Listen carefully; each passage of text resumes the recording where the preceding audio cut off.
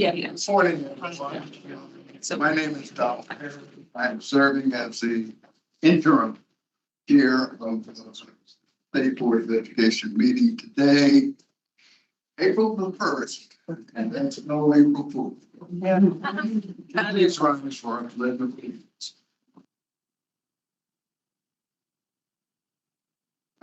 Allegiance to the flag of the United States of America and to the republic for which it stands, the nation under God, indivisible, with liberty and justice for all.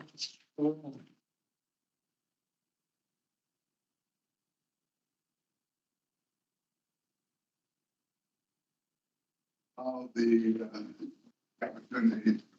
We're going to just insert, and I'm going to ask Board Member Bonnie Bird to read the governor's proclamation for the month of the military child. Thank you very much, Mr. Chairman. I have the proclamation here that it is an absolute honor for me to read this. It's the state of Connecticut by His Excellency Ned Lamont, Governor. It's an official statement. Whereas the armed forces of the United States have served our nation with courage and dedication, and whereas the state of Connecticut recognizes the sacrifices made by military service members and their families, and whereas military children demonstrate strength and resilience as they navigate frequent relocation, school transitions, periods of separation from a parent, and whereas military connected students often attend multiple school systems during their academic careers and may face challenges related to enrollment, placement, and graduation. And whereas the state of Connecticut, a member of the Military Interstate Children's Compact Commission since 2008, supports equitable educational transition for these students. Now, therefore, I, Ned Lamont, Governor of the state of Connecticut, do hereby officially proclaim the month of April 2026 as the month of the military child, and April 22nd, 2026 as Purple Up for Military Kids Day in the state of Connecticut in recognition of and in keeping appreciation for the service and sacrifice of our military members, their families, and most importantly, their children. Signed, Governor Ned Lamont.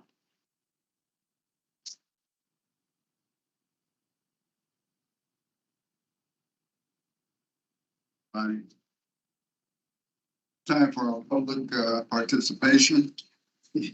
And just a reminder, I call your name, I'm going to call in two, one following the other. Each speaker is going to be permitted 3 minutes to speak. I'm going to begin with Terrence Collins. That will be followed by Aaron Traveluk. Excuse me. What's your name?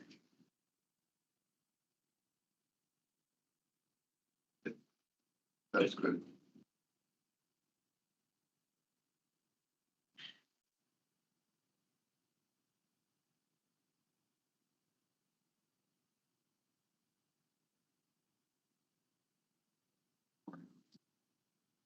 Dear members of the SBE board, I write with deep humility and sincere hope as you consider my request for a waiver for the required math examination. I respect the standards for educators and acknowledge that I fall short. I ask that you consider the full measure of my life, my service, and my commitment to students. I was raised in a volatile inner city environment where hardship was constant and survival uncertain. Those experiences shaped my resilience, empathy, and lifelong commitment to serve others. That commitment led me to military service during Operation Desert Storm and later to roles as a community volunteer, caregiver for individuals on the autism spectrum, and a paraeducator. In that time, I learned to teach, manage classrooms, and witness the transformative power of faith, structure, and belief, refining the skills necessary to become an effective educator. An accident later left me unable to walk. The physical and emotional toll of relearning how to walk was one of the greatest challenges of my life. Yet, just as I had done in childhood and in military service, I refused to surrender. The classroom called me back. I returned first as a substitute teacher, then as a remote learning teacher during COVID, and eventually through the CRP program, I finally reached my dream of becoming a certified teacher in my own classroom.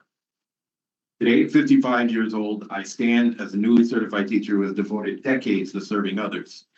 I recognize that math instruction and testing have evolved significantly in the 36+ years since I graduated from high school. I've worked diligently to meet these standards. Unfortunately, despite my continued efforts, I'm falling short of the required passing score. I respectfully ask that you look at the entirety of my professional record. My work with Craig demonstrates measurable growth in student achievement in English language arts. My students have become strong writers. I've witnessed their transformation as readers and thinkers. They have grown in confidence, voice, and skill because of the environment I create in my classroom. That growth, that tangible progress has been my greatest.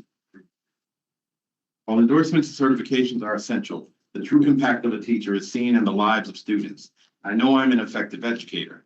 At my age, retirement in this profession is not a distant reward. I simply want to continue doing the work I love for as long as I am able.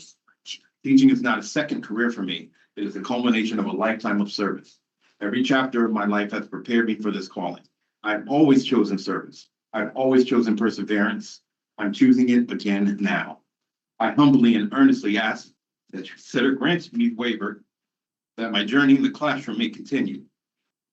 I'll remain committed to professional growth, to serving my students, and to upholding the standards of this profession with integrity. If granted this opportunity, I will continue working tirelessly to help shape not only strong students, but good citizens, young people with good hearts who contribute positively to our community. Thank you for your time and consideration. With respect and hope, Aaron Collins. Good morning. My name is Erin Kovalek, and I am proud to serve as the media specialist for grades pre-K to 8 at the Integrated 8 Charter School. I'm the school's CEA union president, and perhaps most meaningfully, I'm a future mama of an IDCS eagle. While I was unable to attend the public comment during the regular renewal timeline due to maternity leave, this school holds such a profound place in my life that I felt compelled to be here today to speak on its behalf. As a long-term faculty member, I've had the privilege of not only contributing to, but also witnessing firsthand the unique and powerful elements that define the IDCS experience. Our research projects challenge students to take creativity and technology to new levels, question new learning, and engage meaningfully with the world around them. Our Learning Buddies program fosters authentic relationships by pairing younger and older students, cultivating mentorship, empathy, and providing a genuine sense of belonging across grade levels, which help to build the strong community that we have in place.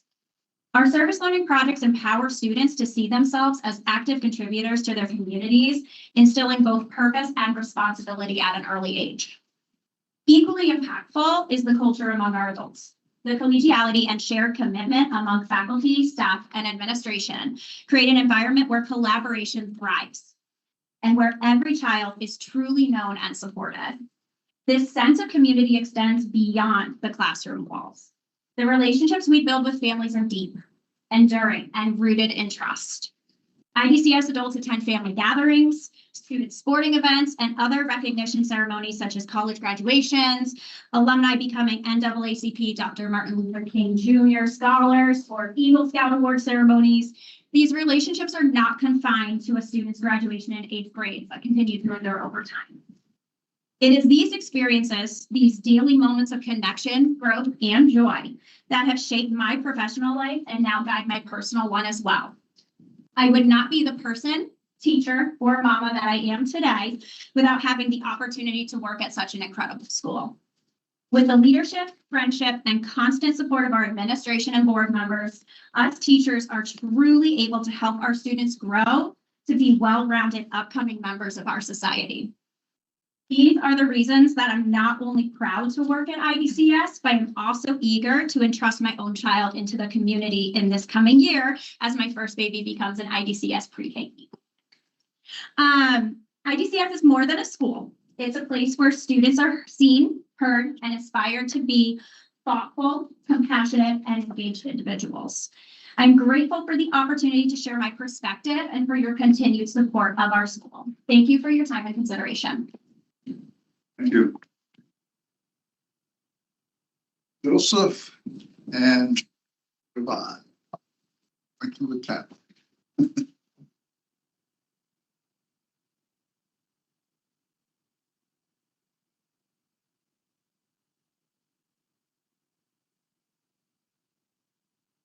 Greetings, member of the State Board of Education. My name is Joseph Sakalovic. I am the Vice Chair of the Bridgeport Board of Education, and this is my son, Joe Monk.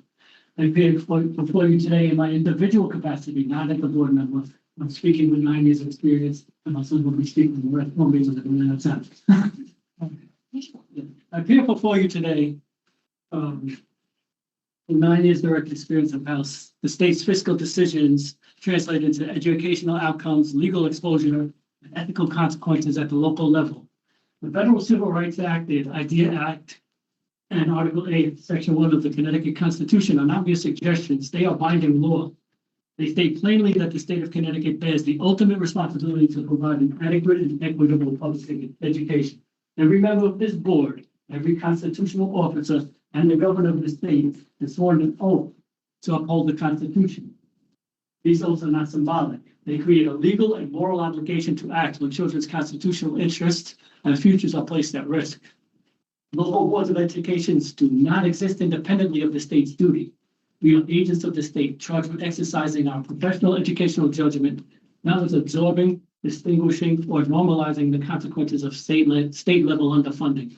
Educational mandates are not optional. Special education services, multilingual learner programming, transportation, health and safety requirements, and civil rights protections are obligations under state and federal law. When funding is insufficient to meet these obligations, the failure is structural, and the responsibility of the governor and the legislator, not local boards of education. Connecticut law prohibits boards of education from spending beyond appropriations, but artificial fiscal limitations do not relieve the state of its constitutional duty. It does not compel board members to recommend, endorse, or implement actions they know will violate student rights or statutory mandates. But shortfalls do not suspend constitutional obligations.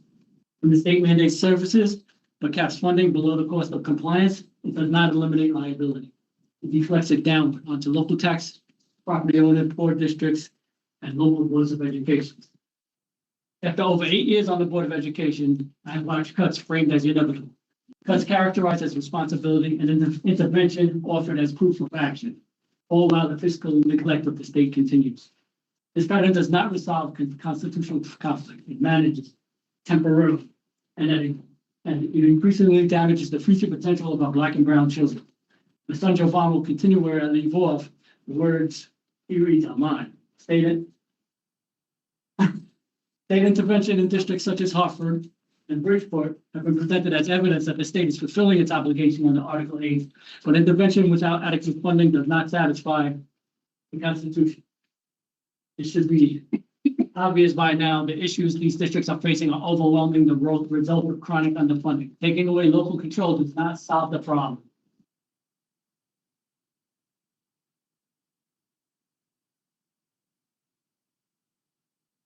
Intervention does not cure inadequate outcomes when funding levels are known, recurring, and insufficient. Once the state intervened, once it directed corrective action, supervises governance, it must be morally and legally acknowledged. Repeated fiscal and service failures, distinction between local responsibility and state obligation necessarily shifts.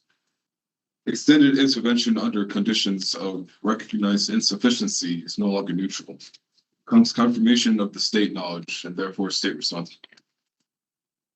More importantly, intervention without stabilization does not insulate the state or those acting under its authority from legal exclusion.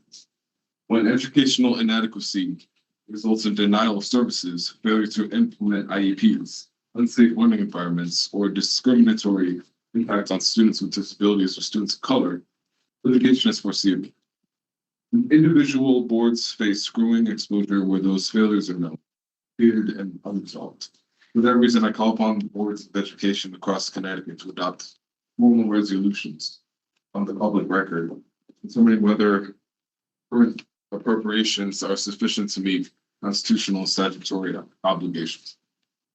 These resolutions will document reality, preserve integrity, and clarify where responsibility properly lies in obligations capacity. The educational interests of the state and the requirements of the federal constitution cannot be carried forward through cuts. Therefore, the state of Board of Education should formally request that the governor provide emergency funding sufficient to stabilize all districts, especially under those stables. I have provided a simple resolution for the board's consideration.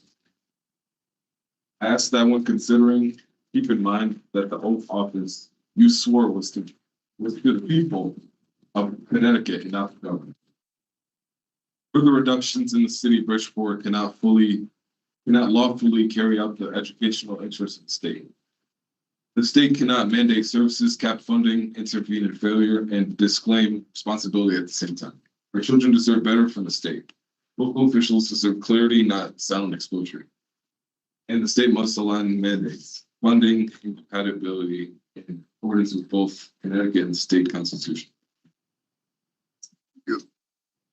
Thank you.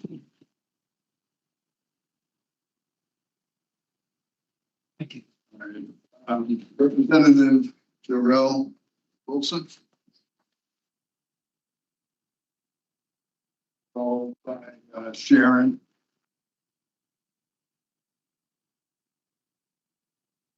Good morning. Good morning.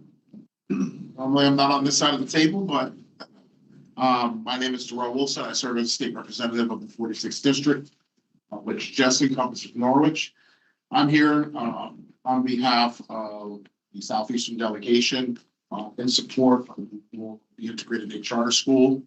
I am blessed to be in the unique position of not only serving as the representative of the Integrated Day Charter School as it sits in the confines of my district, but also having served as a staff member at the school since 2017, and having also nephews that attend the school. So I have been able to see the interworkings of how education of different philosophies blossom kids into great leaders. Having been there since 2017, we have had the opportunity to see multiple students go on and become scholars in our region. But the most important piece is the connection to the community. One of the things that we look at when, as representatives in the region, is the connection to the community, family, and most importantly, philosophy of giving kids the best education that they can have. So for myself, as well as members of the Southeastern delegation, we always look at the motto of giving students what is best needed for them at the time. So IDCS has been doing that for close to 3 decades. And being one of the individual charter schools that has a great relationship within the confines of the city of Norwich, working with its Board of Education, which you probably have seen in your packet, as well as our local government has been an important an integral part in the growth and the fabric that it serves for in our community. And so for us as a delegation, ranging all the way down to Groton and Old Saybrook, all the way up to the Willimantic area, many of the delegation members in Eastern Connecticut have supported the Integrated Day Charter Schools renewal, not just this time, but previous times as well, as they see the quality of work that has going on between student researchers, having attended research nights, and other important pieces of the IDCS fabric. And so it's an important piece to many of the families that we have. I think one of the biggest pieces that is unique is when we look at education, the opportunity to provide the best standards for our students. No matter where we lie, everyone always has work to improve. But I think when you look at the staff members at the Integrated Day Charter School, they come in every day with the mindset of what can I do to be better myself? What can I do to be better for my students, and most importantly for the school? So I am urging to support you. Thank you.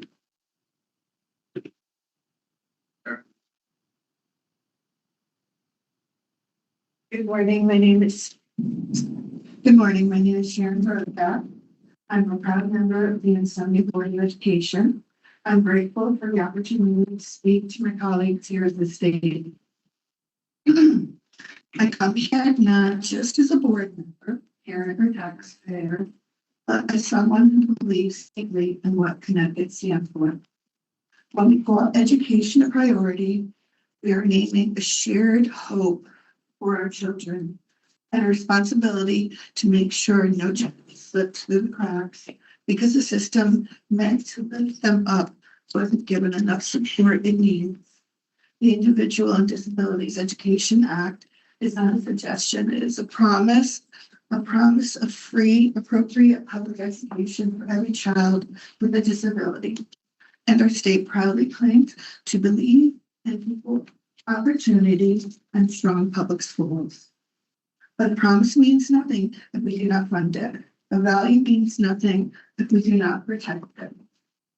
Our current ECS formula does not keep pace with inflation, enrollment, or the growing needs of special education. It does not keep pace with reality. For years, ECS funding has been the topic everyone is tired of hearing about, and that is exactly the issue. We have talked the formula to death, but talking is not reform, awareness is not action. As we know, it is difficult to manage an education budget without the support of the here. Locally, we cannot turn to our city administration, as it has been publicly stated loudly and repeatedly that the goal is a zero increase school budget. Zero. As if the needs of the children pause, as if inflation pauses, as if special education pauses. This leaves districts like mine suspended between state and municipality, with room to maneuver and no safety net for our students. The most responsible, most effective solution is clear: raise ECS funding without delays and fully fund special education so that districts are not forced to choose between compliance and survival. The consequences are no longer distant or theoretical. They are pink slips for the first time in 7 years in Ansonia. Without at least a minimum of 2.4 increases, 923,000 pink slips are unavoidable this April. And even that request is only a fraction of the 6% needed for a fully functioning budget. And this is not mismanagement. We have cut everything we can cut. 5 administrative positions eliminated, saving 750,000. 800,000 in service cuts proposed. There's nothing left to pare back. What remains is essential. Our superintendent, Joseph DeBacco, and assistant superintendent, Stephen Bergen, have done everything humanly possible to protect students. They have stretched every dollar, innovated, partnered, and held our district together with integrity and determination, all the while turning out better test scores and more competent students. But no leadership, no matter how strong, can overcome a formula fundamentally broken. According to recent studies, Connecticut ranks 49th in racial equality in school funding. 49th. How can we say education is a priority when this is our reality? Let Connecticut be known, not for inequality, but for integrity, for the courage to change. Let us be the state that finally says enough talking, enough delaying, enough pretending children can wait. This is about fixing an archaic system that no longer reflects the needs of our communities or the constitutional promise we owe our children. So today I'm asking this committee to do more than acknowledge the problem. I'm urging this committee to action by passing a resolution to the governor to immediately raise ECS without delay of phase-in and fully fund special education excess cost grants, because education is not a budget line. It is a key to every door our children will ever walk through. Thank you. The record, I just want to take this opportunity and acknowledge that, by the way, that concludes our public participation. I thank all of those who participated. But for the record, I do want to acknowledge that our leader, Vice Chair Aaron Benham, is in attendance at this meeting, and we'll hear from her, giving her report and dealing with the committee reports in a short while. Moving on, we have nothing under, we have no executive session today. Our minutes from our March 4th meeting, entertain a motion. So moved. Second. Probably moved in second. Are there any edits, corrections? Hearing none, seeing none, all those in favor, please signify by saying aye. Aye. Opposed? Abstentions? Is so ordered. And here we are, report of our chair, Vice Chair Aaron Benham. Good morning, Connecticut. Glad to be with you today. Very short report. It's congratulations to Dr. Pitkoff, who successfully went through the nominations hearing, probably the longest hearing I've ever watched for education, but it was very good. So congratulations to Dr. Pitkoff. And I'm guessing at this point, and Laura Stefan probably could confirm, that Dr. Carlson, Dr. Pitkoff, and our two students have now gone through the respective House or Senate for their final mark in this process. If it hasn't happened yet, I'm sure it's going to happen very soon. We're going to move on to committee reports. Ms. Gilberto, academic standards. Thank you. The Academic Standards Committee will next be meeting in May. Prior to that time, however, I do want to acknowledge Dr. Hughes and also Irene. One of the requests of this committee was that we calendar out what would be the appropriate, relevant, timely agenda items that relate to this committee's charge in terms of academic standards and assessment. I also want to acknowledge the commissioner for her input and insight into all of it. I will be forwarding this to the committee for the committee's input.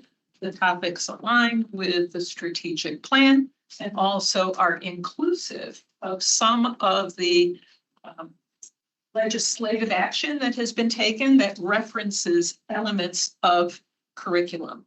So that will be forthcoming. We will be well prepared for our May meeting as well as subsequent meetings. In addition to that, I want to acknowledge that Dr. Hughes and team are connecting with East Lyme and Waterford to talk about a potential, I would refer to it as a site visit. This will be open to any board member, all board members that are available, date to be determined, end of April, so that we can visit East Lyme and Waterford and take a look and interact with them in terms of their workforce programs. So more to come with respect to that. That's the committee report. Thank you. Accountability and support. There was no meeting last month, but there is a meeting on April 28th. And Mr. Harris, Finance. The Finance, Audit, and Budget Committee, we held our quarterly meeting on March 11th. We received updates on aspects of open choice program, a school system special review, single audits that have been done, ECS review, and plus the governor's budget proposal. Again, and I keep acknowledging it, but thank you to Keith Norton, who has served as acting director of that program, in the absence of our director. Thank you, Keith. And legislation and legislation and policy, Ms. Berg. Thank you, Madam. We met on March 4, and Jen Rodriguez from the Connecticut Educator Preparation and Certification Board came before us to share some of the proposals that her group has been working on. Those were passed out of our committee and will be presented at our meeting later on the agenda. Thank you. And Dr. Pritchard, CTEX. Good morning, everyone. Just real quickly, I think I mentioned at the last meeting that we had some resources identified in the state budget and the governor's proposal to begin to hire our own para educators. And so the appropriations committee budget came out yesterday. They held that so far. They right-sized the hiring count a bit because I think they realized what it might cost to actually do this work. But so we are in the budget to hire up to 30 at the moment, all things being equal, up to 30 paraprofessionals. So we have started working on the classification process, which we'll have to do to create a state job. And we've begun conversations with our teachers union. We specifically identified them as the union that would have these individuals so that we could be part of that pipeline to teaching that the commissioner and the commissioner of labor worked so hard to get established. So we're excited about that. We're hopeful that we'd be able to post and hire by fall. This is a small portion of the paraeducators that will serve our districts. So we'll probably strategically be deploying them into particular schools where we've struggled to maintain a paraprofessional workforce. CREC will continue in the next year to be our third-party provider of paraeducators as well as other roles that they provide for us under contract. So, steady on for CTEX. I did also just want to mention that we have a assistant superintendent of pupil services. We're very excited. He started a few weeks ago. Josh Robinson, who most recently was at Windsor Locks. He has hit the ground running and will be helping to shape the program going forward, and very much look forward to an opportunity to meet with the SDE staff in special education and talk about ways in which we can continue to improve our services. So that's all I had for today. Thank you. Thank you. NASB, the next member exchange will be held on April 13th. And I'm proud to report that both Dr. Carlson and Dr. Pitkoff will be attending the new Member Institute for NASB in July. So thank you for that participation. Ms. Gravilter can fill you in on her experience as well as Ms. Record, who really enjoyed that experience. So thank you for that. CERC, your packet contains their monthly report. As well, I'm not sure as well as an invitation, but I do believe that invitation was sent to you via email for the May 8th Dismantling Systemic Racism. I'm bringing that to your attention because it will take place prior to our next board meeting on the 15th. And that's going to be held at the Omni in New Haven, and all that can assist you with that if you're interested. A wonderful conference to attend if you haven't gone before. And it's now in New Haven. It used to be up in Hartford, but it's in New Haven this year. And that ends my report and committees. Thank you. Thank you, Aaron. Before I move to the commissioner's report, I ask the board's permission via a motion to move item 8F, Paraeducator Recognition Day, to that's that one item to this spot. Can I have a motion? So moved. Second. Probably moved in second. All those in favor, please signify by saying aye. Aye. Opposed? Abstentions? Thank you. 8F, Paraeducator Recognition Day, and Ann Marie Murphy, Paraeducator of the Year, semifinalists. Mission.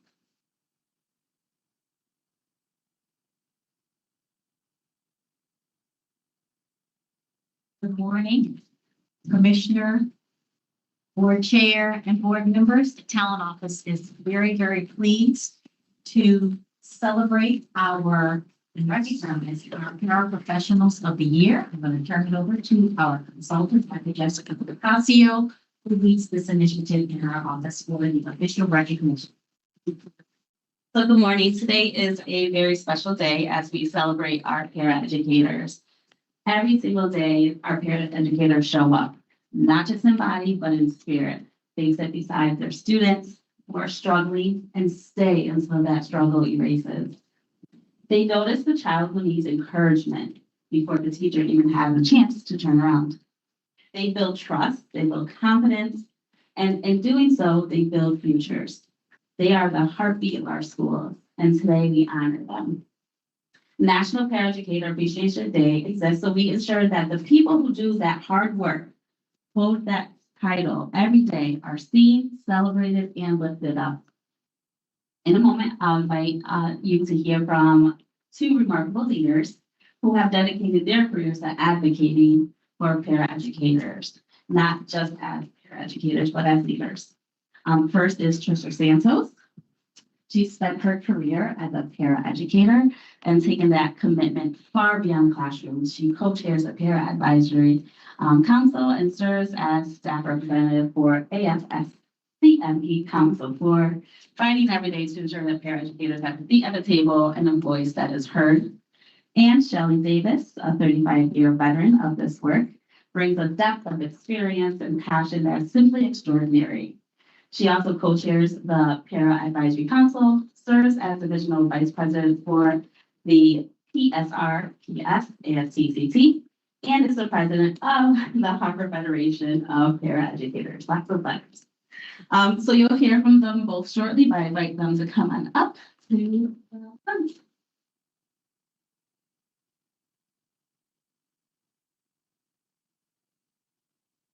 So before we hear from these two amazing women, we are going to recognize this year's Anne Marie Murphy Paraeducator of the Year semifinalist and awardee.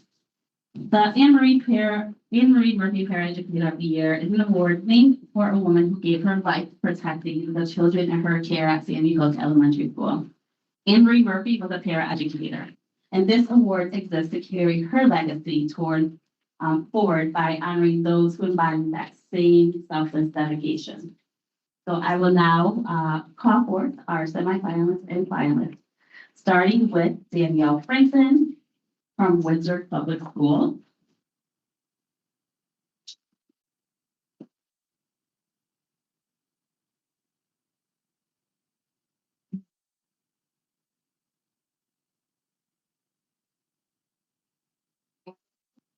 People coming out of stuff.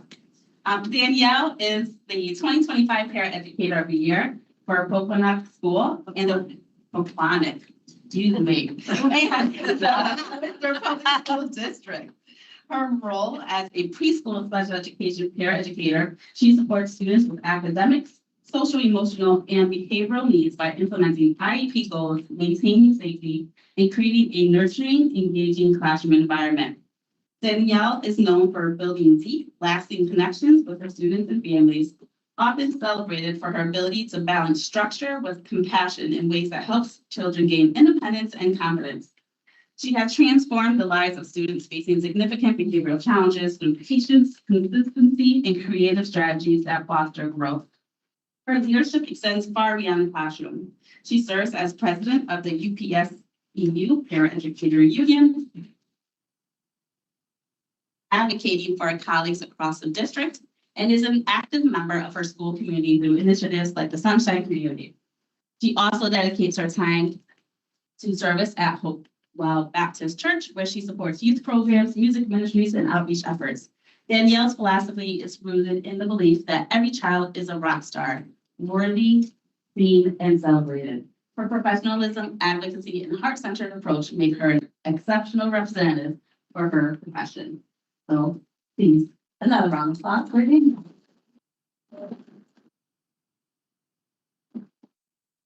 Next, we have Kimberly Fahey from Groton Public Schools, who unfortunately was not able to make it as she is sick today. She is at Northeast Academy Arts Magnet School, and she has served Groton Public Schools for 17 years and was recently named the district's first ever Paraeducator of the Year. At Northeast Academy, she is recognized as a cornerstone of the school community, providing academic, behavioral, and social and emotional support to students while also mentoring colleagues and advocating for paraeducators across the district. Kimberly is known for her unwavering dedication, professionalism, and ability to form meaningful connections with students that lead to transformative growth and confidence. Her colleagues describe her as both a trusted teammate and an unsung hero, someone who goes above and beyond every day to ensure students feel supported, respected, and capable of success.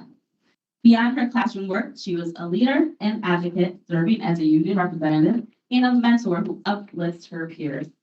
Kimberly's combination of compassion, integrity, and steadfast commitment makes her a role model for her profession and a powerful representative of the impact paraeducators have on students and school communities.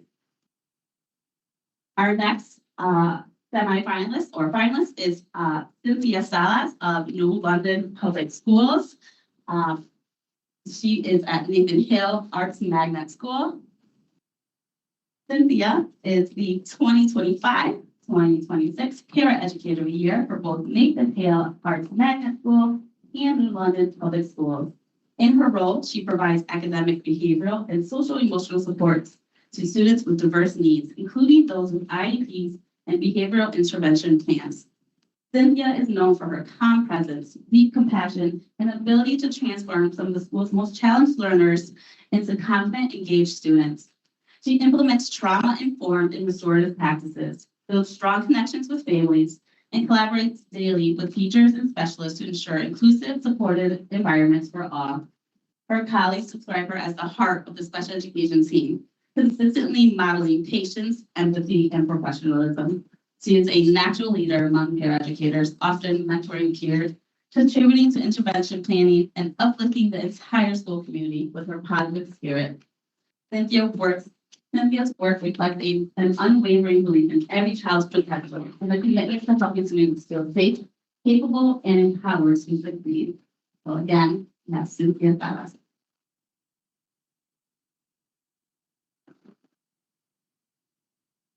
Next, we have Jillian Rico from Meriden Public Schools, and she is at John Berry Elementary School. Jillian has dedicated over 30 years of service to Meriden Public Schools and was named the 2025-26 Paraeducator of the Year for John Berry Elementary School and the district. In her current kindergarten role, she is known for her strong organizational skills, ability to lead small group instruction in reading, writing, and math, and her creative classroom transformations that bring the curriculum to life. In her classroom, she has built capital in her students into literature, inspiring both joy and learning. Jillian's leadership extends well beyond her classroom. She serves as her school's union representative, advocates for colleagues, and volunteers countless hours at school events, from literacy nights to attendance celebrations. Her colleagues describe her as the teacher's right hand and a trusted partner who can step in seamlessly when needed. Parents frequently request her classroom because of the strong, positive relationship she builds with students. Jillian's compassion, professionalism, and selfless commitment to education has left a lasting impact on generations of learners. And now, sorry, before I move on.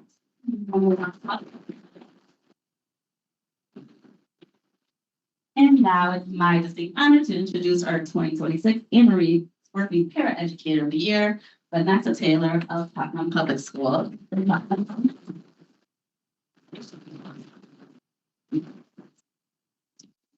Vanessa is a dedicated paraeducator at Putnam Elementary School and the 2026 Anne Marie Worthy Paraeducator of the Year, who is admired both as a compassionate educator and natural leader within her school community. She collaborates closely with staff and teachers to support learning, behavior management, and daily routine. But her impact reaches far beyond her assigned responsibility. When you walk into the classroom, you will immediately notice her small group corner filled with materials she has personally created or purchased to reinforce and support the skills being taught. You would think she's a classroom teacher. Vanessa is known for her selflessness, often going out of her way to provide individualized instruction, not only for her kindergarten students, but also for first graders during her own class specialist time, entirely by her own initiative. She has served in both the kindergarten setting and self-contained, able, achieving beyond limits and expectations program, where she adapts lessons, develops literacy tracking binders, and implements advanced strategies to support students with intensive needs. Vanessa's positivity, patience, and problem-solving skills have earned her a reputation as a role model among her colleagues.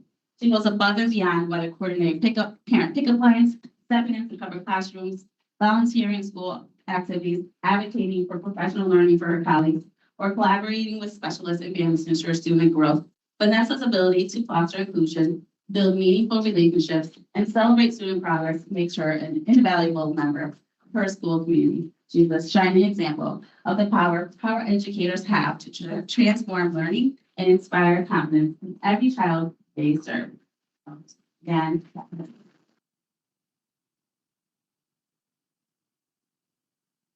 so at this time, I would like to welcome our distinguished, lovely guests to share a few words, beginning with Vanessa.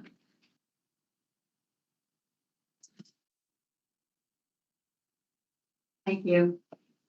I wrote this speech last night. Our paraeducators play an important role in supporting student success. Myself and my fellow paraeducators, we work closely with students to help them build their academic skills, build confidence, independence, and we're also supporting social and emotional growth. Personally, I collaborate with the teachers to meet individual student needs, helping to create positive, structured learning environment where all students can succeed.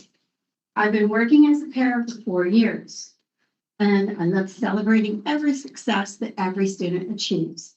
I tell every student that I come in contact with that every one of them holds the power of yet, which is they may not know it yet, but with some practice and hard work, they will and can achieve success. With that said, I've also witnessed students moving forward to the next grade level without strong foundational skills. It's my belief that when this happens, we're asking them to meet higher expectations that can lead to stress, frustrations, and classroom disruptions. This can impact the learning taking place in the classroom, as well as the teachers experiencing some burnout. As a paraeducator, if I could change one thing, it would be to continue the support of these students as they move up to each grade level. Our role is so important, and that we bridge the gaps and provide the extra support to the students to help them stay on track and become success. So with that, I would encourage the state of Connecticut to increase support in our students and educators so that we continue making them a success and make a meaningful difference as they move up in each grade level.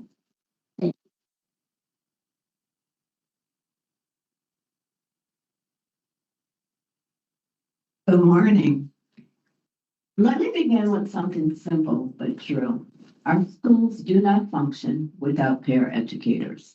Not partially, not occasionally, they do not function at all. Across Connecticut in the classroom, from Hartford to every corner of the state, paraeducators are the steady presence students rely on when learning feels out of reach. They are the bridge between frustration and understanding, the common moments that could become chaos. The trusted adult who says, I see you and I'm here for you.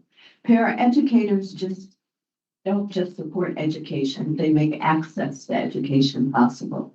That is not a supporting role, that is a foundational one. There's a story that reflects this better than any statistic ever could. In a classroom, there was a student who had begun to shut down, not engaging, not speaking, falling behind. Every day that student walked in carrying more than just a backpack. And it wasn't a new program or a new policy that changed things. It was a paraeducator. Day after day, consistent, patient, present, sitting beside that student, encouraging them, refusing to give up. No spotlight, no recognition, just commitment. And slowly that student began to respond, to participate, to believe in themselves. That transformation didn't come from a system, it came from a person. This is the impact of paraeducators every single day. So today, as we recognize Paraeducator Day, and we must also be honest, we cannot call a role essential and then treat the people in that role as optional.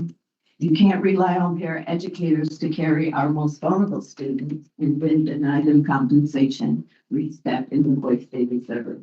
Recognition is meaningful, but recognition without action is incomplete.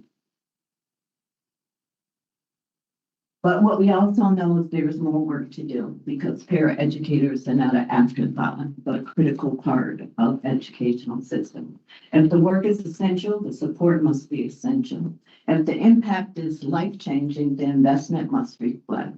This is not just about appreciation, this is about alignment because we say what we do.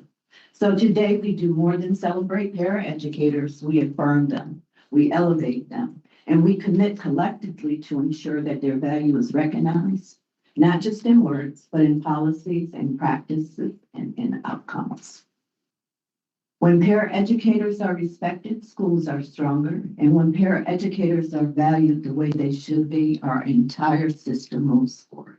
So to every paraeducator across Connecticut, we see you, we value you, and we honor the work you do, not just this week, not just today, but always. In closing, the truth is simple. You cannot build a strong educational system while undervaluing the very people holding it together. So Commissioner Russell Tucker and your team, I applaud you for standing up with us, for hearing our voice, and for making the changes for the paraeducators. Thank you.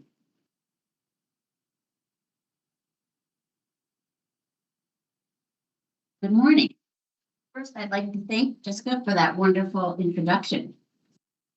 It is an honor to sit here today with all of these wonderful, wonderful ladies. My name is Tricia Santos, and I am honored and privileged to serve as the co-chair of the Connecticut Paraeducator Advisory Council. On behalf of paraeducators across the state, I would like to extend our sincere gratitude to the Commissioner of Education and to the State Board for your leadership in recognizing the essential role paraeducators play in our schools. Being a paraeducator is not a job, it's not a position. It's a love and a passion for the students, not just to give them the best education, but to give them the best school experiences. Examples of this, you have a district in Griswold who their high school does a special prom for their special ed students, where the paras and the special ed students, they get dressed up to the nines, they go down the hall, the whole school. It is a whole production. It is wonderful. That's an experience. And that's what paraeducators are doing. They're not just giving the education, they're giving you the experience. They are the backbone of inclusive education. They support students with diverse learning needs, building trust relationship, and helping ensure classrooms are safe, supported, and successful for all learners, but not just the learners, their parents. Your recognition affirms that paraeducators have already known their work matters and their impact is profound. This acknowledgement is more than symbolic. It sends a powerful message that paraeducators are valued professionals and critical partners in educating our children in Connecticut. We deeply appreciate your commitment to listening, learning from those closest to the work, and advancing equity and respect within the education system. Thank you again for seeing our paraeducators, for honoring their contributions, and for standing with us. We look forward to continuing the partnership and together to support the students and the communities where we all serve. Thank you.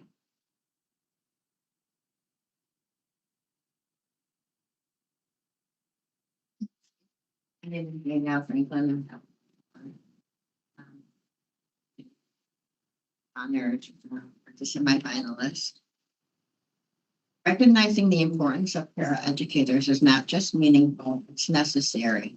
We work one-on-one or in small groups, specifically with children with learning disabilities, emotional issues, and some language barriers. We help students fully participate in their education. That is why it's so important to set aside a day to raise awareness among students, families, communities, and some teachers about the actual impact and how essential paraeducators are in education. It is a way to say our work matters and doesn't go unnoticed. And then I had something in recognition when I walked into school today. Our administration had flowers, and each paraeducator that works at our school received a personally handwritten note, which means everything. I'm just going to read it. It says, Danielle, Thank you so much for the incredible care, patience, and dedication you bring every single day. We appreciate your leadership and guidance. Your kindness, encouragement, and hard work help our school be our happy place. Love, Cynthia and Jay. And that was the best thing that I got. Thank you.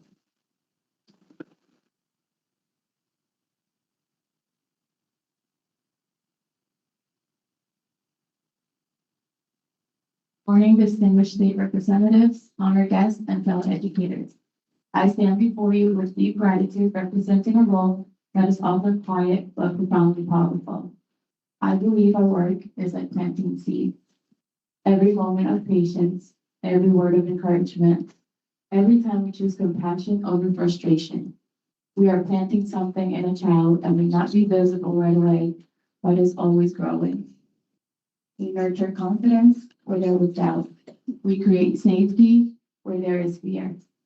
We build connection where there was distance. We water those seeds every day and they grow into resilience, into self-worth, into futures filled with possibility. As paraeducators, we don't just support education, we help shape lives. When we support education, we are not just guiding learning, we are shaping the thinkers, the leaders, and the hearts that will define our future. We invest in who these children are becoming, and in every life they will one day touch. So while our work may have happened in small moments, its impact is anything but small. It is lasting, it is generational, and it is forever. Thank you.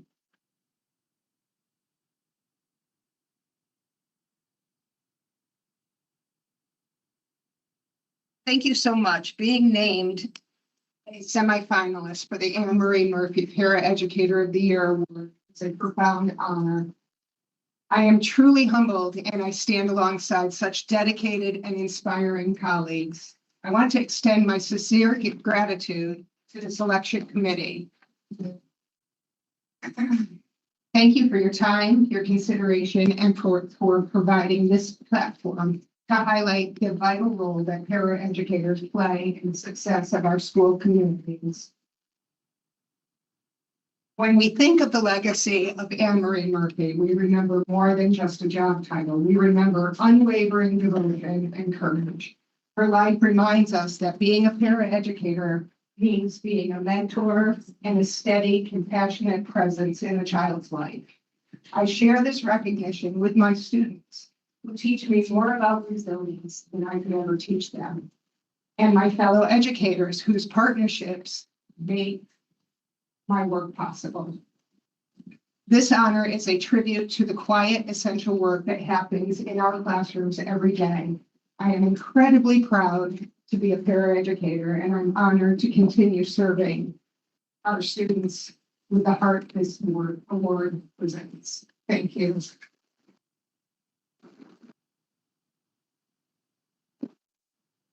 And I just want to highlight the fact that these ladies up here are just a small, tiny sampling of all the paraeducators are in our school each and every day, working in and out with students to make sure that every student is successful, but also that their colleagues are successful each and every day too. So they're not only supporting students, but they're supporting their peers and the teachers as well. So thank you so much for giving us this time to really highlight, uplift our paraeducators here in the state of Connecticut.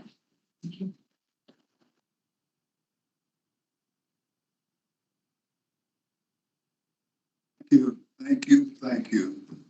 Before I ask for a motion to accept your recommendation, not only this outstanding group of educators, but this group who represents educators all across the state of Connecticut and the rest of the country. And you are right, Shelley, not survive without paraeducators.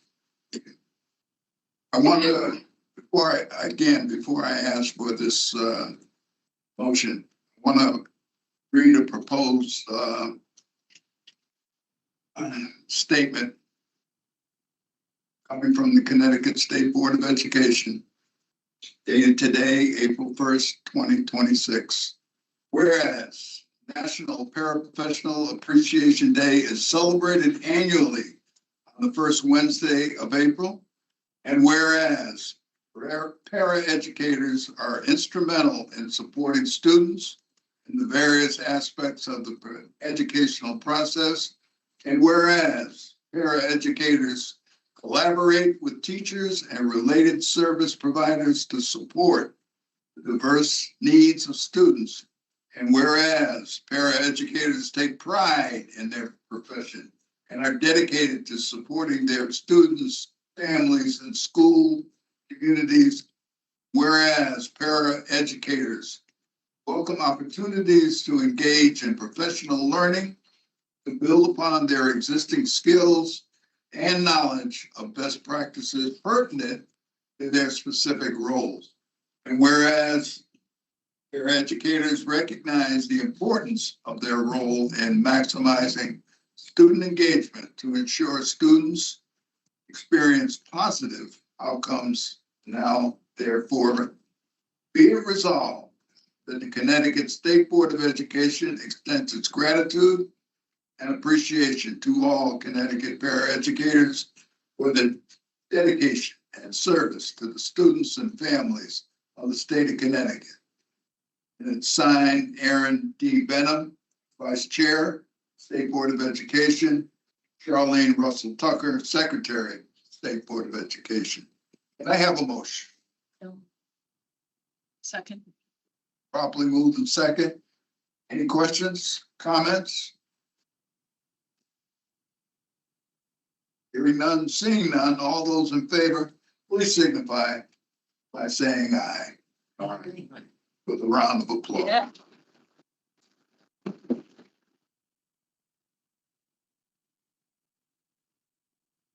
Just to add before you move away from us, but thank you. And I know you've said it, Shelley, and others, for the work you do every day. You've heard it read, but I want you to truly know that you are seen. And we certainly appreciate it. And this is just us saying thank you for the work you do and for being difference makers, because that's what you do every day. And we want you to walk away with something to remember us by. So we have plaques for you, and the rest of you have, nice little paperweight here that says, with gratitude for your service to the students of Connecticut State Board of Education. Do that and maybe take a picture or two, and then we'll move on. Thank you, Commissioner.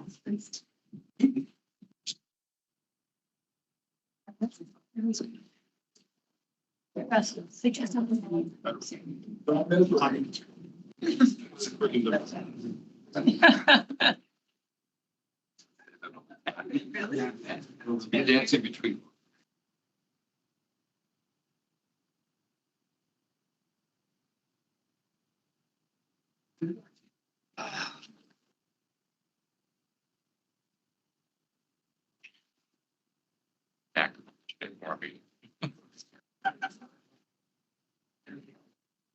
Yes, that's right. Yeah, I was lucky to know about that. Oh, boy.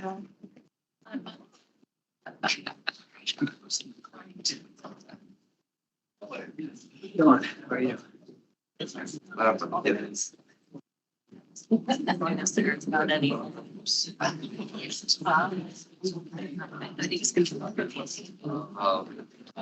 not very good.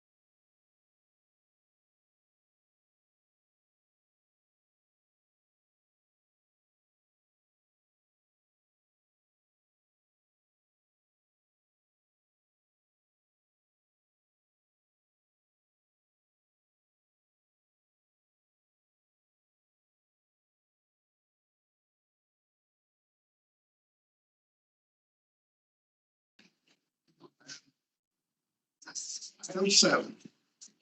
Thank you very much. And great to be with all of you today again, and certainly appreciate the month. Recognize it's a month of mental health, and also recognizing just now our para-educators today. You have my packet, in your supplemental package, you have my report. And as usual, I know we're I'm moving along here. The first slide is the board priorities, and I share them with you. Is getting ready to put those up. You have the equitable access to education regarding background and advantage, safe and healthy learning environments, elevating our Connecticut curriculum frameworks, and creating opportunities for students to explore multiple career pathway options. Those four I know are very familiar to you, and my report really addresses actions aligned with all of those four strategic priorities. Again, you also have the strategic focus areas, and you'll see some alignment there as well as I walk us through. There's an updated slide 4 that I now have for you, and that is that I've added the 18,960 adult learners that we have in the state. Wanted to make sure that they were represented as we look at our education landscape, because adult education plays a critical role in strengthening the state's workforce, supporting families, and expanding economic opportunity. We have over 300 adult centers statewide supporting these learners, and I just wanted to make sure I pull that forward as we talk about our entire education system. So that is an addition that's there for you. Looking at our actions briefly, I'm so pleased when we look at ensuring equitable access to education and exploring multiple career pathways. I was so thrilled to have joined more than 400 aspiring educators, middle and high school students from over 20 districts across Connecticut at the 6th Annual Educators Rising Connecticut State Conference at Southern Connecticut State University. I wish you were in the room to see the students, again, all excited and exploring a career in education, which is absolutely wonderful. This event celebrates and supports the next generation of educators. And we know how critical this work is to our continued focus on expanding our educator workforce so that every classroom has skilled, high quality, and inspiring educators. This past week, we also have, when we look at ensuring safe and healthy learning environments, our school discipline collaborative met that brings together community partners, leaders, educators. And thank you so much for Dr. Lavis and Ms. Records, the board members who attended that meeting as well. And really had conversation across looking at school discipline, what actions we need to be taken together, working together, looking at how we disaggregate our school data to discover trends and to really identify with us how we can continue that work together to improve access and opportunities and outcomes for students. So really pleased to have the school discipline collaborative, the work continuing there. And also just a few days ago, the Commissioners Roundtable on Family and Community Engagement in Education at a virtual meeting. I shared emergent critical issues in education, all the things that we've been talking about here. And this roundtable's purpose is to advise the Commissioner of Education regarding policy and programmatic priorities and improve outcomes for all their students and to advance the state board plan and strategic priorities. In elevating our Connecticut's curriculum frameworks under that priority, this room was filled on Friday with our fellows, our curriculum teacher leader fellows were in this room. It's hardly standing room only, but they were here. This is the first in person with the work that they've been doing. And so it was, I updated you last February about the start of the fellowship that was launched in October. And we have 140 fellows from across the state participating, and they were here for learning together. And my thanks to Irene Parisi and team for the work that they're doing in that regard. Regarding statewide presentations, I delivered luncheon remarks at the 46th Annual Connecticut Association for Adult and Continuing Education Conference. Both the governor and Representative Tony Walker was honored for their commitment to adult education. And it was great to be in this space with them. It was a lot of lively work happening there to meet the learners who were also recognized for the year. The Connecticut Association of Public School Superintendents had their spring conference, Leading Transformational Learning, Shaping the Future, and I attended that as well and provided some welcome remarks. And for national presentations, I was pleased to be a panelist along with my colleague from the Alabama superintendent, Eric Mackey. And some of you know of State Board Kevin Ellis from Texas.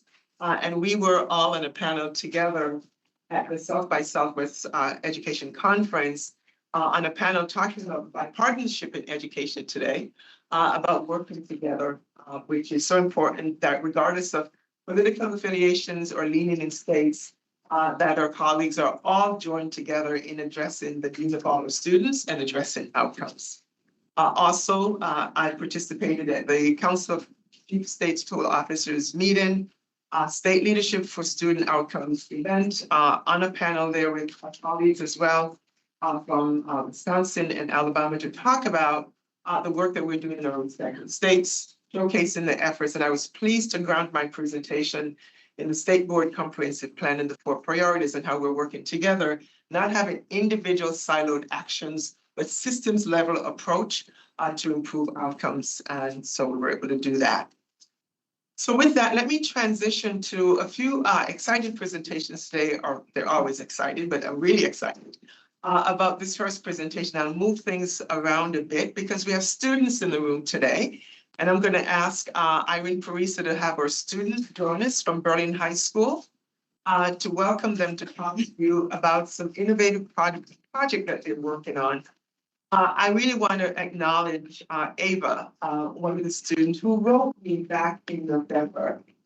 And I'll read a part of her letter. She said, years ago, bats filled our summer skies in Berlin, but today they're becoming harder to find. The decline isn't just a loss for nature lovers, it strengthens the balance of the entire ecosystem that depend on them. And she sent me this really engaging letter, reached out to let me know the work that is happening. She said, I welcome any feedback from you or your team on how projects like ours can best support the state's broader STEM and innovation goals, and that together we can strengthen STEM education in Connecticut. And so I connected this team as they're making their way and finding seats. As you can see, there's a lot of them making their way here to talk about the work that they're doing and being recognized for the work that they're doing and working with MIT and the funding that they've supported. I think they even have a patent pending. So this is really exciting work that's happening. So I'm going to turn things over to Irene to further introduce the group and to hear so we can hear from them. Thank you, Commissioner. Good morning, everyone. Vice Chair Benham, board members. I'm not going to give too much away, but I did want to also add that in December, we received this invitation to visit Berlin High School and the team, and I had the privilege to meet with them, the Parquet Development Invent team.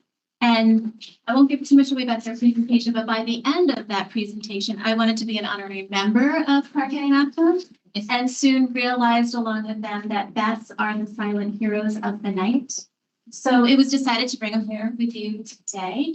The student-led STEM innovation team meeting, and also with them joining them, they couldn't do this without a supportive leadership team. So I want to recognize Superintendent Benigni in the room, Principal Lamenta, teacher and mentor, and go to other names that I won't give that away, Christopher Wisniewski, and very supportive colleagues also in the room, Adam Leonard, Jim Arnold, and Carl Watson. So I'm going to stop talking so that you can listen to them, and I invite you to hear their journey and just this exciting news. We will be inspired by that. Their energy is infectious, and yes, I hope you agree that bats are the heroes of the night. Good morning, state board members. It is an absolute honor to stand before you and present our project today. Special thanks to Mr. Teresi and Commissioner Russell Tucker for giving us this opportunity. Before we begin, I just wanted to give a quick introduction of ourselves. Hi, my name is Michelle Blue, and I'm a junior here at EHS. Hi, I'm Hannah Benarchik, I'm also a junior. I'm Eva Barbagallo, and I'm also a junior.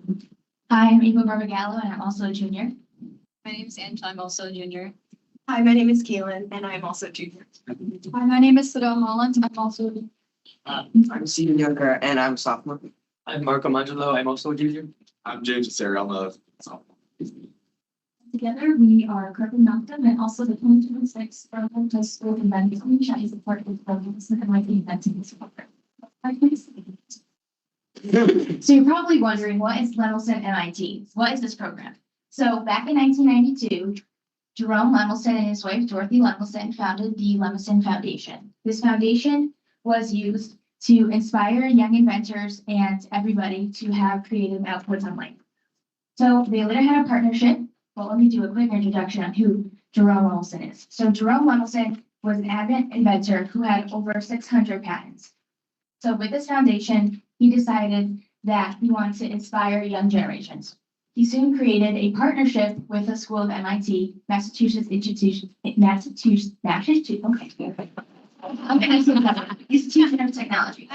So with this partnership, they created the Lemelson MIT Foundation, bridging a connection between education and real-world invention. Each year, 8 schools are selected nationwide to receive a $7,500 grant. This grant brings our project to life, and has been an opportunity for our school here at Brooklyn High School. Not only has this program funded our invention, but has connected us with such amazing and talented people.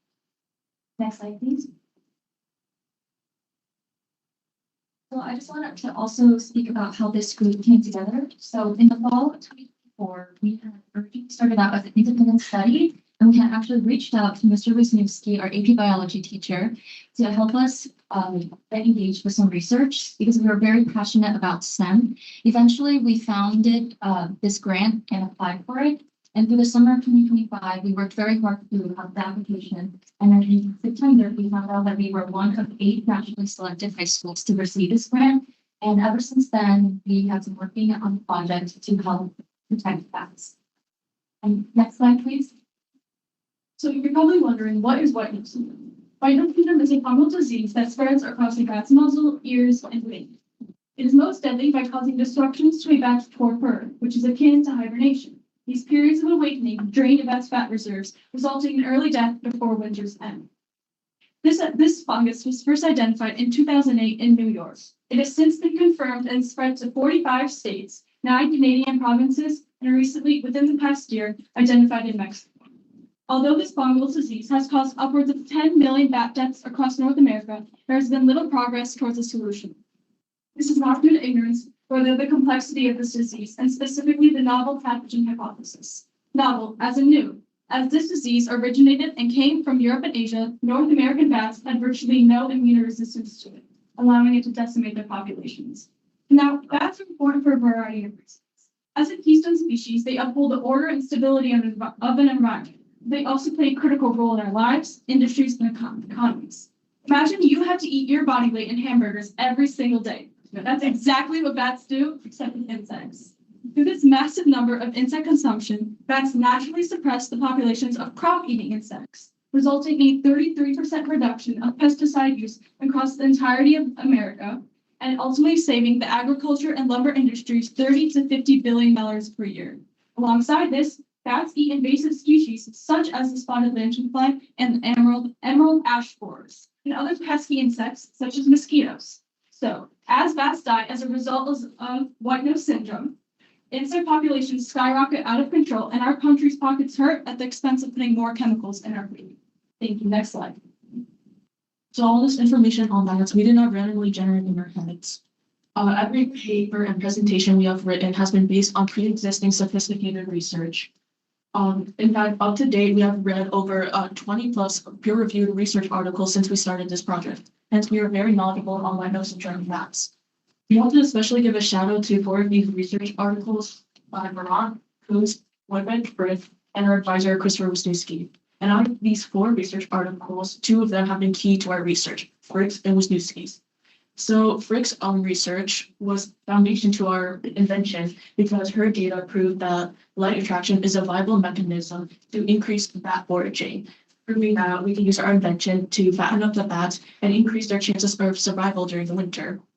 Additionally, Wisniewski's research is key for us to develop our methodology for field deploying our invention, specifically where we should deploy the site, what specific bat acoustics we must use, and how we should categorize our data into specific bat species and foraging calls. Next slide, please.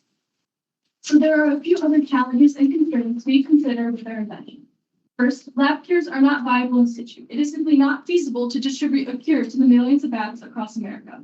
Secondly, the fungus is cold-loving and does not require a host to survive, meaning it lives on the walls of caves and other bat hibernacula. This means every time a bat goes home, reinfection occurs. And finally, many states, including Connecticut, have research moratoriums on bats, meaning we cannot physically manipulate them and are limited to passive testing. So our goal is to increase bat reserves pre-winter in order to compensate for the energy loss they will experience, in order to give them that push into spring to allow them to repopulate.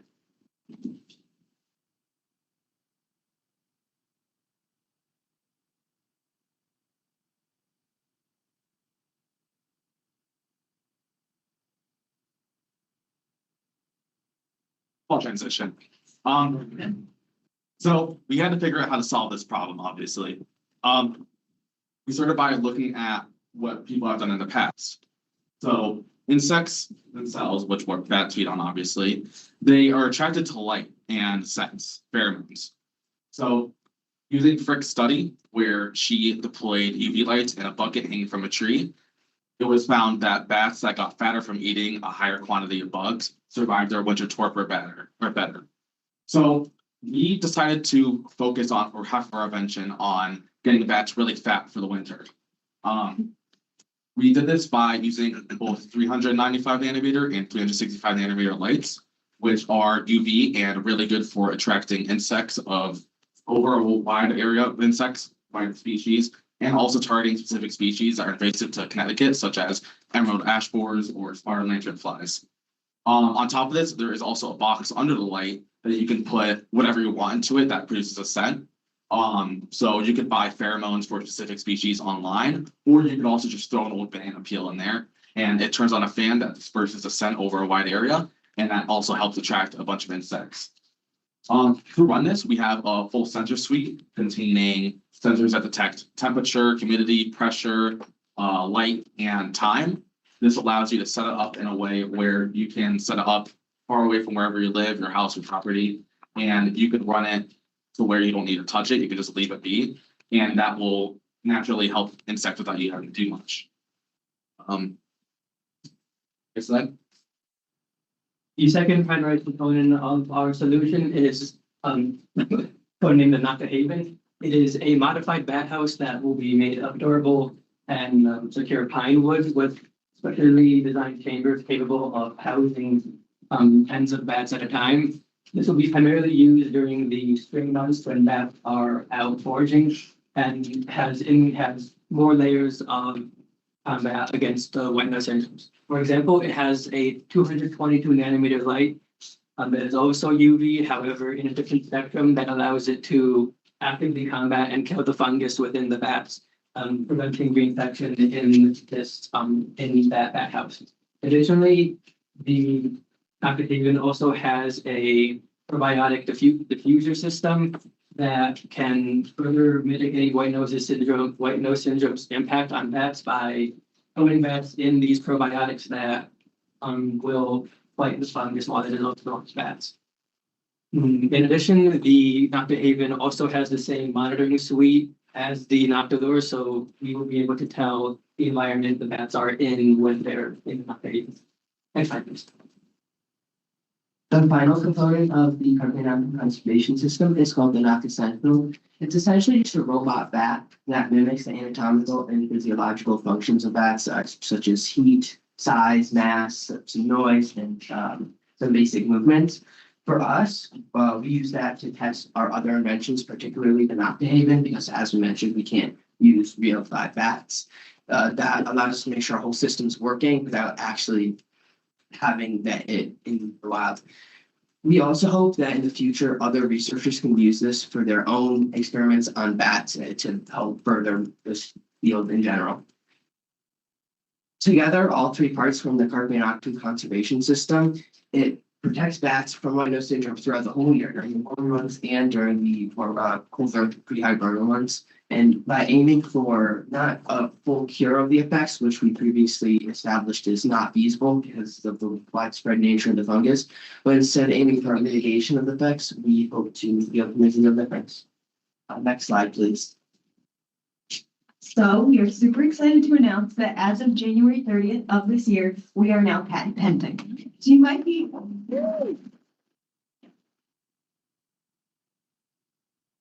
wondering, what exactly does this mean? It means that we've filed a provisional application through the USPTO for our invention. A provisional application not only allows us to say that we are patent pending, but grants us 1 year of protection over our invention. And it is the reason we are allowed to share so many technical details with you today without having to worry about our intellectual property being stolen. At the end of this year, so January 2027, we will be filing a full utility patent. We are actually working with a pro bono lawyer within our school community to help make this happen and to help inform and fix our application to make it ready for the USPTO. This process has been very rewarding, and it has allowed us to learn about the USPTO, how it works, and how to conduct a patent search, which we did, and we discovered that our invention, while inspired by previous studies, is completely novel and has never been patented before. Next slide, please.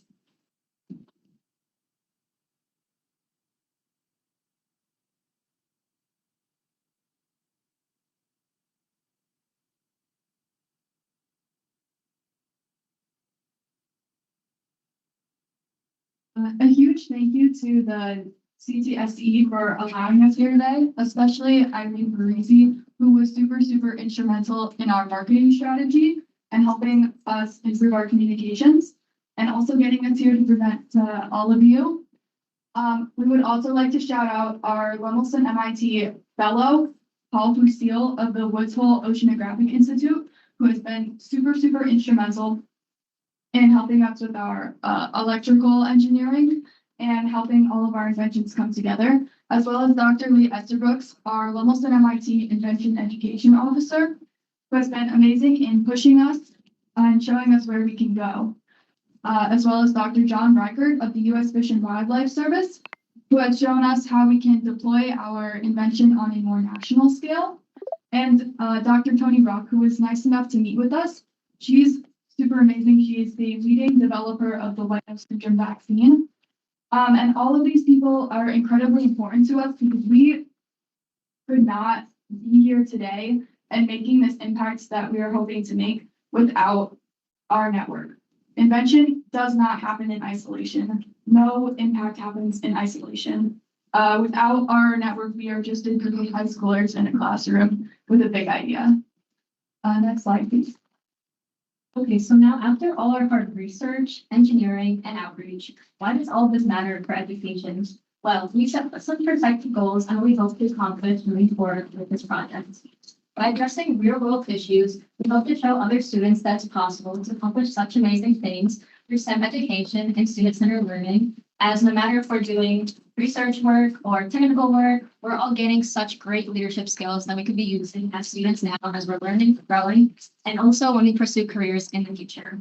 Additionally, we hope to build our own legacy at Berlin High School. We want to show other students that it's possible to do amazing things like this, as we are so proud of having this amazing opportunity to form this amazing team and make a real long-term impact on our community. Next slide, please. I'd also like to say that this past week, it's been really exciting for us as we got to spend our Saturday and Sunday at the MIT campus in Cambridge. We got to present our project and also network with other MIT staff and other Invent Team students from across the country in team building activities.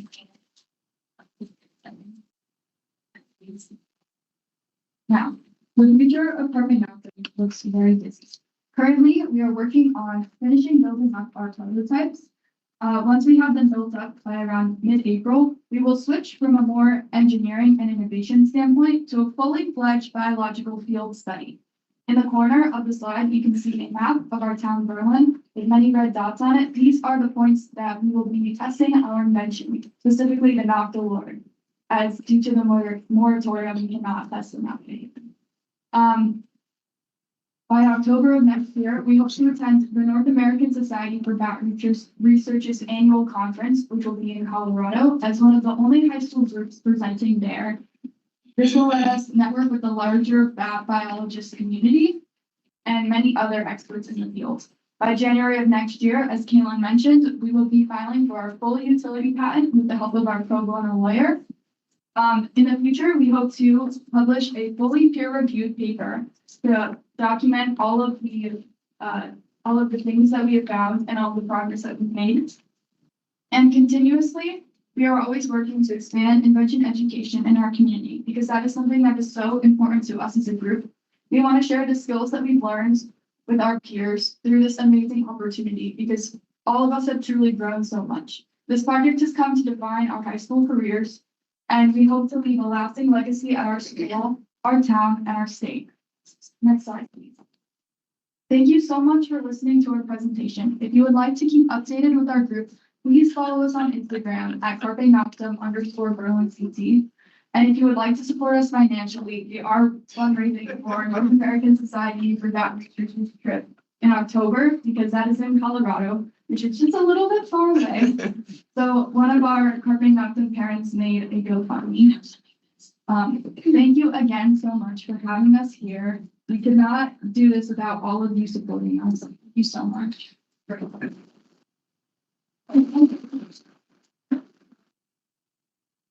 We have pins and stickers that we will be passing out to all of you later.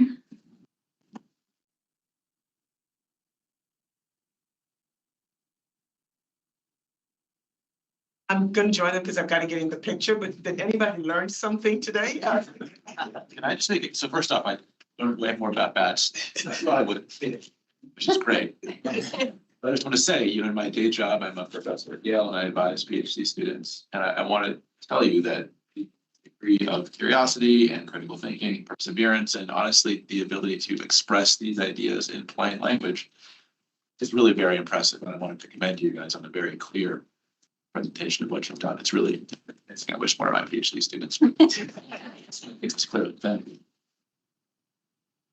Thank you very much. My name is Bonnie Byrne. I'm on faculty at University of Connecticut in the College of Agriculture, Health, and Natural Resources. And we just had a meeting last night talking about why it's so important for students to understand intellectual property and entrepreneurship. And I got to tell you, I'm like totally dialing in and following you and taking this back to my dean, because I think you're the kind of students that I agree with Seth that you're just a shining star for everything that you know we want to see coming forward to help the entrepreneurial mindset is just so critical to how we go forward with our careers. And so career readiness, you are living it. So thank you so much for everything that you brought to us today. Thank you so much. But I can tell you, having one child PhD in natural science or resources and another who graduated MIT and is an entrepreneur, the experience you're getting from this is invaluable. Watching that pathway through my kids, you guys are way ahead of the curve right now. And every lesson, everything that happens during the process is a learning experience. Whether it's, you know, it depending on how far it goes through or what your path takes, you're going to learn so much valuable things from this. And I also will be following. I love the bats in my backyard, so yeah, don't want anything bad to happen. Thank you so much. Hi, I'm Sneha. I'm your student representative. Oh, sorry. Hi, my name is Sansika. I'm your student representative on the Connecticut State Board of Education. I'm not a STEM student, like at all, but I absolutely love the presentation. I was just wanting to ask you a little bit more. So with your involvement, how have you like expanded STEM education at Berlin High School, or like, are you advocating for that, like new courses or for more people to be added? Like, this is really interesting to me. So currently we have a lot of plans in the next few months, although we haven't really directly connected with the rest of our districts yet. We have nature centers who have reached out to us who would like us to present to younger students. And we're hoping that through our presentation, we can also get them involved more on the science and STEM aspects. And then, sorry, what was the other half of your question? Oh, I was asking you about like how if you're getting STEM education in Berlin High School, and if you're looking to like expand this or like do more projects. So from our introduction earlier, you can tell that 7 out of the 10 members on our team are juniors. So in a few years, we will be leaving Berlin High School. We hope that the 2 other sophomores here, Toby and James, will be able to continue leading this group at Berlin High School. Perhaps we do have plans of a second phase, although not the same inventions that we have here, but we do have a second phase that we are planning to extend. Really cool. Smile with a picture. Do a picture, guys, don't move, just look at me. 2, 3. Good, thank you. I want to make this look in a second for it. Thank you, Jackie. This is amazing.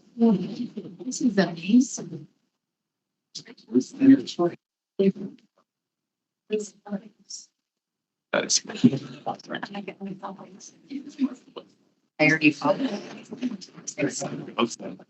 Well, so thank you, State Board, for your engagement with our students and for the learning this morning. I did some learning here as well, so I really want to appreciate them. The next presentation this morning is hearing about a project from another guest that we have in the room, Dr. Paul Dorkin. We're going to have Dr. Dorkin to join us. He is founding director of the Help Me Go National Center, project director of the U.S. Department of Education Promise Neighborhoods Grant. The design is to implement a cradle to career pathway for children and youth in underserved Hartford neighborhoods. He's a consultant to Connecticut's Children's on Community Child Health Issues, professor emeritus of pediatrics at the University of Connecticut School of Medicine, and president of the Joel I. Ward Charitable Foundation.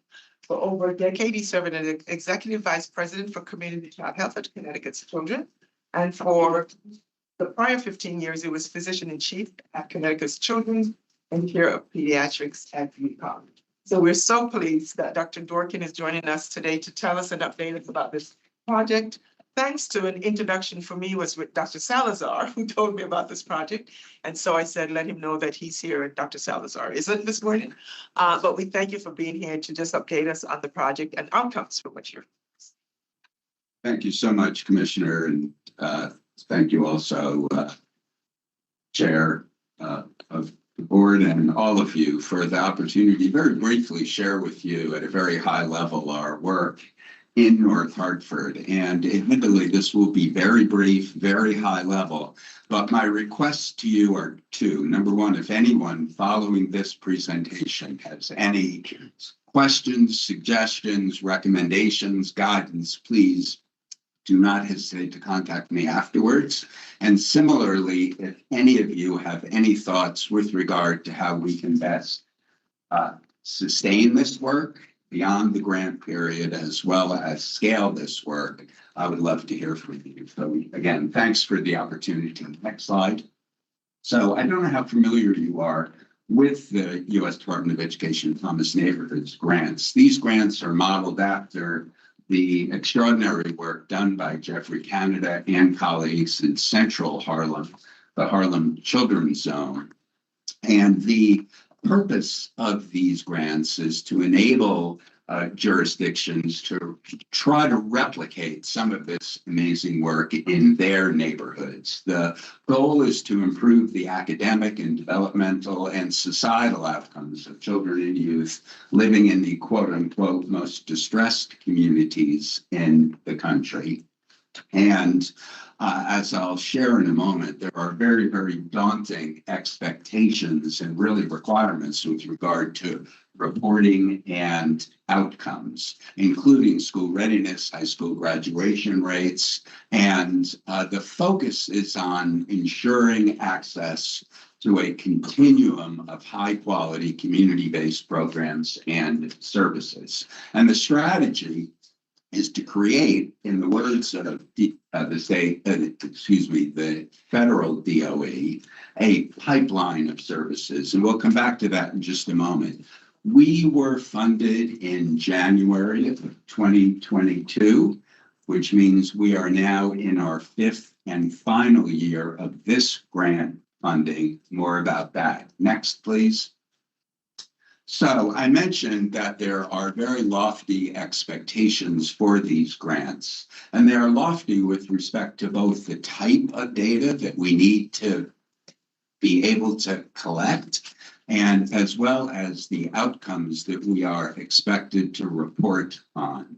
And as I mentioned, school readiness, academic proficiency, successful transitions from middle to high school, to college or workforce or the military, obtaining post-secondary degrees or credentials, ensuring that families are supporting the learning of their children and youth, ensuring that children and youth are healthy, ensuring that they feel safe at school, that they live in stable communities and are able to attend the same schools in the same school district over time, and also have access to technology, that's 21st century learning tools. Extraordinarily challenging. And yet I will demonstrate for you very shortly our ability to collect and analyze this data, which is so important to achieving our goals. Next. So, and how did we get into this? Well, I one day received a call from the former administration, Mayor Bronin, City of Hartford, who requested that we at Connecticut Children's and our Office for Community Child Health consider serving as an applicant on behalf of the city for a U.S. Department of Education Promised Neighborhoods grant. Wanting to be good citizens, I said, sure, we would consider it, knowing very little of what was involved. I knew the program was modeled after the Harlem Children's Zone, and then did a deeper dive, and lo and behold, found that the grant itself was an ambitious task. Our narrative within 2.5 months was over 100 pages. And when we included attachments and appendices, it was over 500 pages. We had to come up with matching funds, which meant that for a $30 million grant, we needed at least $30 million in matching funds. We identified $34 million. And we also needed to be able to be competitive in a grant cycle that typically includes 100 to 120 applications, with the U.S. Department of Education funding 0 to 6. So we cautiously embarked on the strategy by which we could put this grant together. And we were specifically asked to focus on 3 neighborhoods in North Hartford. We are very close to them, sitting here, Clay Arsenal, Northeast, and Upper Albany, and to focus on these neighborhoods because they were designated during the Obama administration as Promise Zone neighborhoods. So we engaged with the community. We had countless discussions with residents, families, with community-based organizations, large and small, with providers from numerous sectors, and with elected officials. And we ultimately decided that we would not pursue the usual path to a Promised Neighborhoods grant, which is as follows. You do a needs assessment, you identify what the needs and concerns of neighborhoods are, and then you propose to use the funding to build the programs and services to address those needs. And next slide. We thought that was inappropriate. First of all, we worried that it would undermine the good work that was already going on in these neighborhoods by a wide array of community-based programs and services. And we also felt that it would not serve the key problem faced by families and communities. And our discussion really confirmed that there were a strong array of programs, services, and supports in these 3 neighborhoods. Yes, there were gaps. Yes, there were capacity issues, but there were many, many organizations doing excellent work. At the same time, there were families who were able to articulate what their priorities, opinions, concerns, and needs were, but there was no comprehensive integrated process to engage with families, identify their needs, and ensure that they are efficiently and effectively linked to community-based programs and services. Next slide. So that is what we exactly designed to do in our North Hartford Ascend model. That is, ensure that all families were being regularly solicited with respect to their priorities, opinions, concerns, and needs, and they could be linked through a care coordination, care navigation system to the appropriate community-based programs and services. Where there were gaps, where there were capacity issues, we would use our discretionary dollars to address those needs, but only if the community indicated that they were priorities. We did this through a core group of family navigators who are funded by the grant. But most importantly, they are working in collaboration in an integrated fashion with the full range of care coordinators, care navigators that exist within Hartford and to some degree across the state, including United Way's 211 and 211 Child Development. So this is the model. It's a systems model. And it is all driven by community voice and community co-production. We have community members integrated within our governance and leadership structure. They weigh in and approve every step along the way. Next. So the goal here is to ensure that children, youth, and their families are connected to community-based programs and services in order to achieve optimal outcomes. Next. And as I mentioned, we are focusing on a variety of key areas: community and family engagement, service provider engagement, the family navigation and system building model that I've just shared, and data and evaluation. And as I earlier referenced, collecting data here, particularly with regard to the daunting federally required outcomes, is a real challenge. I have been stunned by our capacity to collect and analyze data, and it's a tribute to the State Department of Education working collaboratively with the Connecticut and the Hartford Data Collaborative and Data Haven, and all of our research and evaluation is being facilitated through the University of Hartford Center for Social Research. So I'm going to share with you some outcome data. We are not going to have the time to do a deeper dive, but I want you to at least be impressed by our capacity to collect this data, recognizing that the outcomes are a work in progress. Next. So next. For example, we can monitor the extent to which we are elevating students' readiness for kindergarten. Again, I'm not going to go into the details. Follow up with me afterwards if you would like. And as you can see, Promise Neighborhoods is approaching that of the school-wide district. Next. Chronic absenteeism. We want to see a downturn. We're seeing a downturn, and it's within the targets that we have set for this work. Next.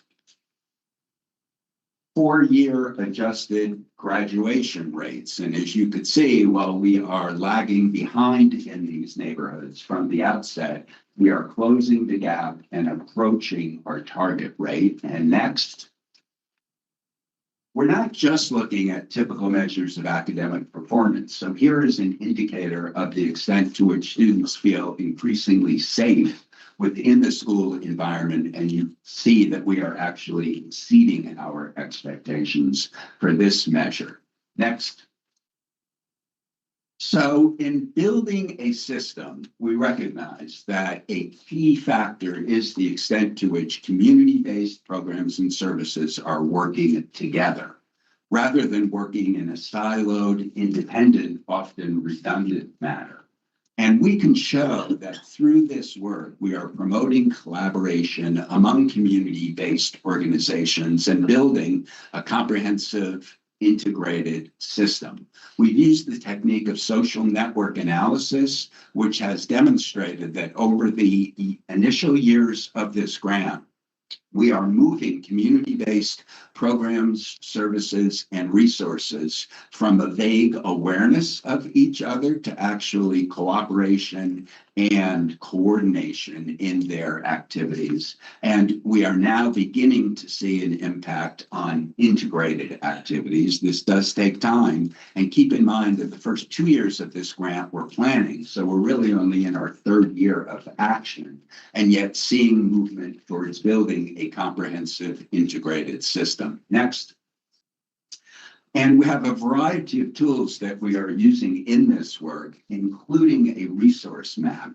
And the community has had an enormous impact on the way in which we've gone about this. We initially thought we could take resources, beginning with United Way's 211 resource inventory and building it out and make it available on a computer. And we were told by the residents, unless this is able to be viewed on a phone, on a cellular phone, it's not going to be available to them. So we've worked with them to convert this to a module that does have an app, and they can use this to find the specific services in response to their specific needs. One example of the tools and strategies that we are using. Next. So we are now, as I've said, in year 5 of a 5-year grant. We have a variety of strategies that we are employing to make sure that we achieve sustainability and scaling. We are developing both a strategic and business action plan to enable us to bring this to scale across Hartford and ideally use it as a model for elsewhere across the state, and perhaps even beyond. Next.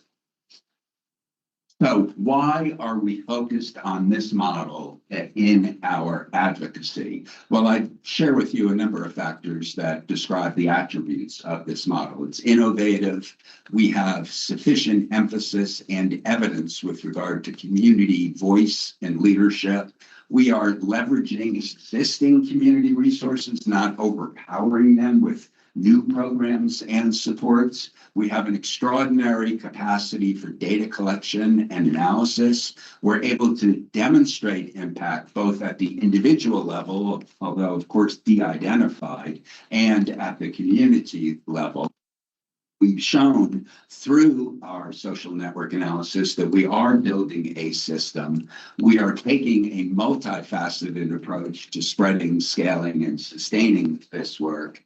And we can demonstrate the return on investment, cost savings, cost benefit that occurs with every dollar invested in the model. We have a return on investment calculator that we are developing with the Manat Group, a national group of consultants, such that we can make the case fiscally why this is a smart investment. Finally, next, please.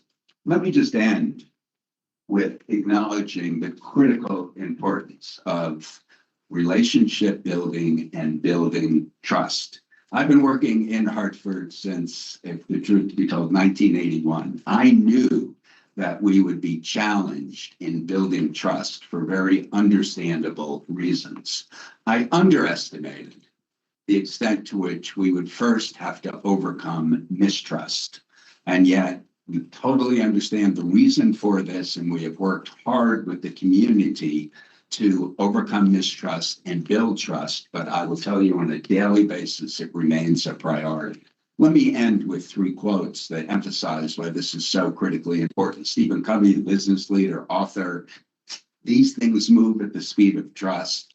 Jeffrey Canada, who I mentioned earlier, the founder of the Harlem Children's Zone, efforts such as North Hartford Ascend Pipeline must successfully build trust by engaging the community and its residents as an authentic, valued, and influential partners. And Jeff Canada has been extraordinarily helpful in helping us to understand what that actually means. And one of our favorite quotes is from the Reverend Jennifer Bailey of the Faith Matters Network. Relationships are built at the speed of trust, and social change happens at the speed of relationships. So again, thank you for the opportunity, very high level.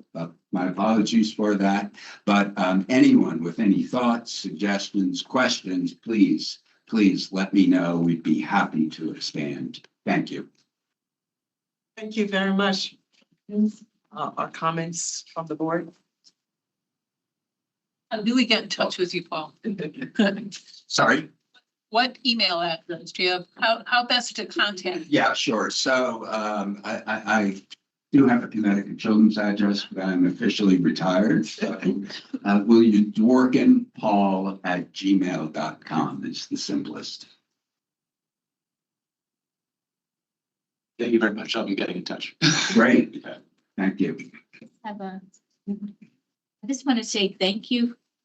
Thank you for this. And I really am impressed that the way you implemented the program, that you just didn't take this program and say, we're all going to do this, but you adjusted it. You met the needs of the community. And I was really saying, wow, that's great that really happened. Because sometimes people just come up with these ideas and programs and then come in and say, this is how we're doing it. But you kept those things that are working in the community and then added additional to this program. And I'd like to thank you for it. You're welcome. Thank you. Dr. Dorke, thank you so much for being here. And, to the board, we talk about improving outcomes. We talk about attendance. We talk about all these things. It's important to see how, when we talk about school, family, community partnerships and the need for things to happen, not only in our schools, but inside the schoolhouse doors, but outside the schoolhouse doors, and what you're doing in the community is really so important. And as you've heard, we are supporting the evaluation by providing all the data. So we don't just collect data and have them here for the sake of having data. It is informing that work as well. And hopefully at the end of this, that policymakers and others can see the outcome. I know they're always looking to invest in programs with proven outcomes. And so to continue that dialogue with you, but thank you for being here to update the board where we are. And Thank you. Thank you. Okay. Thank you very much.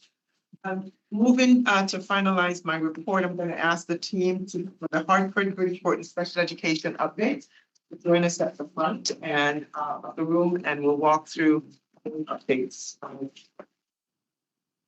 The update on Hartford Public Schools fiscal operations, update on Hartford Public Schools action to address district needs, and update on the special education system.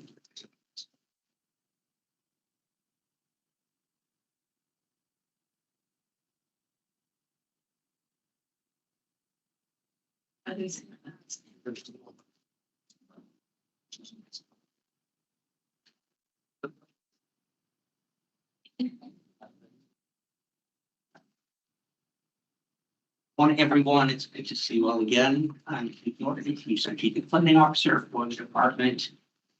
Here's a view of a report on the Department of Public Schools. There is a document in your packet which will be replaced. We have on the table. There was one edit we made to the document, and so we'll replace it with the one that'll be circulating right now. Very briefly, in terms of, I'll just jump right into it. We've got a lot to cover in a short amount of time. An area of staffing shortages on March 25th. Deputy Commissioner Cynthia Spinning and Chief Talent Officer Shawana Tucker met with HPS's new Executive Director of Human Resources, Christopher Weiss, to assist HPS in strengthening its teacher retention strategy. As we all know, a lot of effort is being made to teachers to get them in, and once we have teachers on board, essentially that we would some of the programs that we're looking at right now are improving the teacher orientation, as well as access to training for new teachers. In the area of special education and general education supports, in February, CSD issued a letter to Dr. Jennifer Hoffman, the HPS Assistant Superintendent for Special Education and People Services, sharing the concern reported by parent advocacy groups that students with disabilities enrolled in the IBLE and STEP programs were receiving fewer hours of instruction than regular educational students. CSDE required HPS to immediately discontinue the practice of implementing the universal shortened school day for students in any subgroup program within the district, unless an individualized PPT determination as documented in the IEP supported this as necessary for the student. Attorneys for the district reached back to the agency and replied that the students enrolled in the program have an IEP amendment signed by the parent or had a PPT meeting prior to the start of the school year to amend the IEP to align with the program schedule. Agency staff in the Bureau of Special Education are currently reviewing IEPs. There is a letter in your packet from our general counsel, moving on, Mike McKeon, to the Hartford superintendent regarding a contract HPS signed with PACE and K-12 to recruit students to Hartford Public School neighborhoods, including resident students that are currently enrolled in Sheffield Magnet School and Open Choice districts. Attorney McKeon in this letter indicated that signing such a contract may violate the court order currently enforced in the Sheff case. And Mike will be to answer further questions on that. We have a bit of background. There have been reports in the media indicating that HPS budgetary problems are in part resulting from a decline in enrollment. We were 1 year down to 1,300 students attending choice options rather than the neighborhood schools. CSTE staff conducted our own analysis of that claim, the results of which are also included in your packet. We showed that only 295 more students took advantage of school choice options in that time period instead of the 1,300. And again, we can answer questions at the conclusion of my report on that as well. And speaking of financial issues with Hartford Public Schools, on March 5th, the City of Hartford, HPS Superintendent Andre Townsville, Chief Financial Officer Caitlin Richard, presented to the Municipal Accountability Review Board, or MARB, a projected $22 million fiscal year 26 deficit. And the CFO indicated that the deficit is projected to grow to $45 million in fiscal 27, citing flat revenue and increases to special ed costs as the main drivers of that. At the same time, however, state-level preliminary analysis of financial information provided by HPS indicates a small surplus this year, which includes overall special education costs that are projected to be below budget. These conflicting financial representations on top of HPS's indication of a significant structural deficit have created a level of uncertainty and concern that necessitates an immediate expansion of the state's intervention beyond the initial three-pronged review the department has done to include a rigorous independent financial audit of Hartford Public Schools' fiscal position. That concludes my report. That's a lot. I understand. We are happy to answer questions.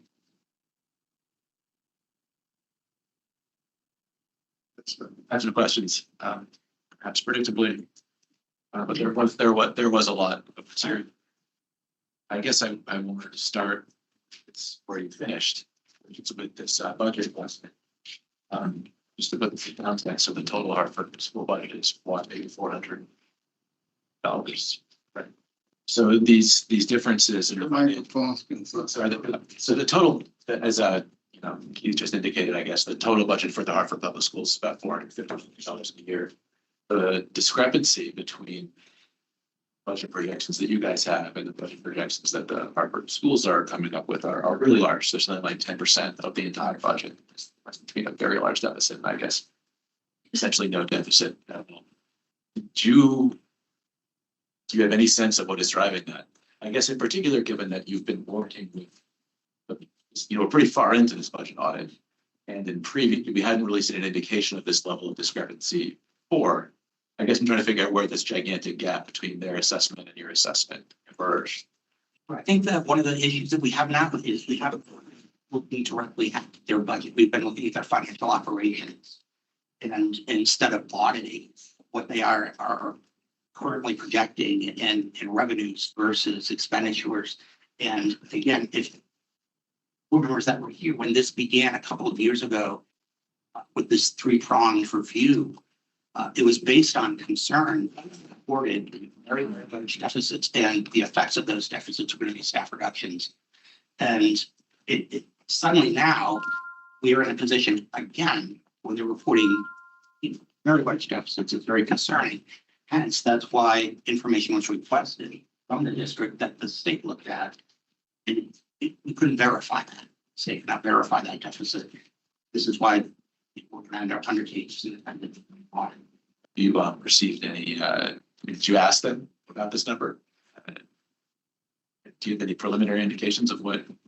Yes, we do have information that was shared relative to their current fiscal year that's projected deficit. And again, there's a lot of, there was an overestimation arguably of vacancy rate for staffing. There were some, as reported by the district, there are some changes in some of their lines that have increased, line items relative to instructional improvements.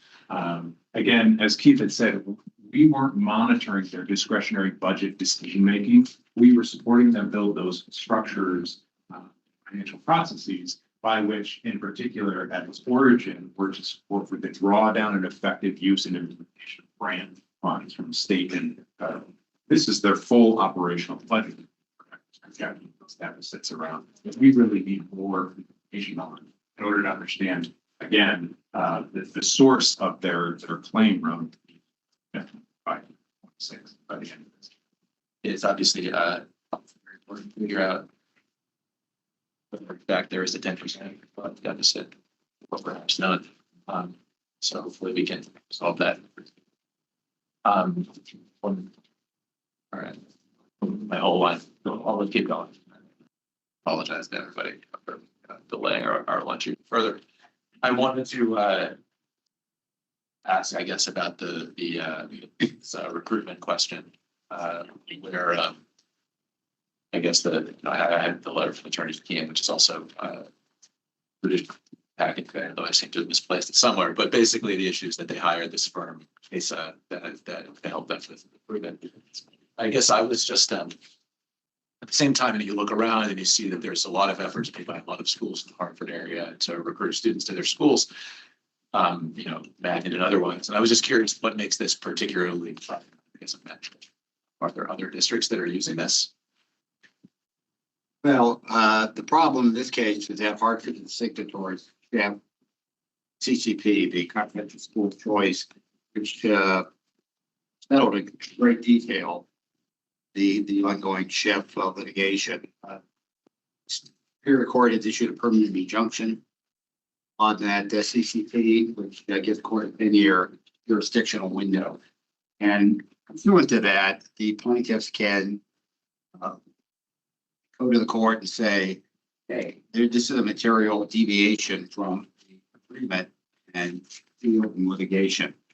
And that's the whole procedural backdrop. The actual substance, that whole point of this, and Robin, of course, Robin is the expert on SCHEF, I can tell you.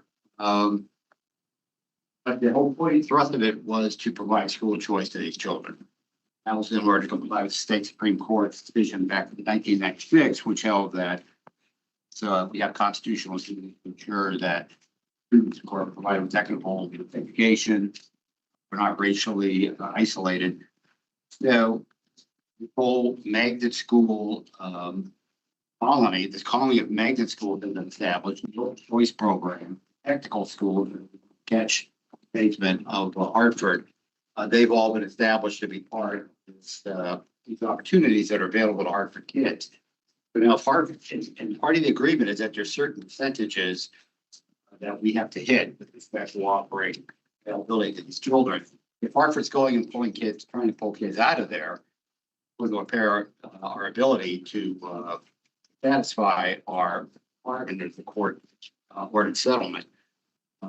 So given that Hartford is actually, like I said, is a signatory to this agreement, I need to point out to them that this is counterproductive.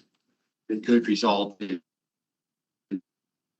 litigation, and that they wish to try to get chronically absent kids back in school. More power to them. That's fine, but it appears from the information we have, this is more directed at those kids who have been availed themselves of the SCHEF ecosystem alternative choices, and that they're doing so in order to reduce financial costs. Can I just add, just to clarify your question around we market, obviously, and what we're marketing to is the Greater Hartford region, which includes Hartford students, that says you have a choice, and that choice could be to come to these schools, and these are the things that you'll get there if you come. So obviously there is recruitment in that context, but there is a difference here of what this contract entails, the direct solicitation of students who are already in choice programs through direct solicitation. There's a difference between putting up a billboard, showing a video, doing some social media outreach, and contacting kids who have already made a choice and trying to recruit them back to a different option. So there's a difference in sort of the methodology and what that methodology means in the scheme of how that outreach is effectuated. If I could just expand, Steph, I'm sorry, that you also have no problem if they want to try to recruit kids who are not in choice programs, are in, or I'm just alluded to, or that are in other districts. Let's say kids who, Simsbury kids who are in Granby, what have you, not there pursuant to the open choice program, but rather they're just, kids, they live in Granby, they grew up in Simsbury, they live in whatever district. And, if Hartford wants to try to get those kids coming to attend schools within Hartford, we don't have an issue with that either. In fact, I think we can. Again, through just our general marketing approach, and that we support Hartford, we support crafting other operators around that marketing outreach, but it's direct solicitation. If Craig solicited students in the Hartford public school system, would that be okay with you guys?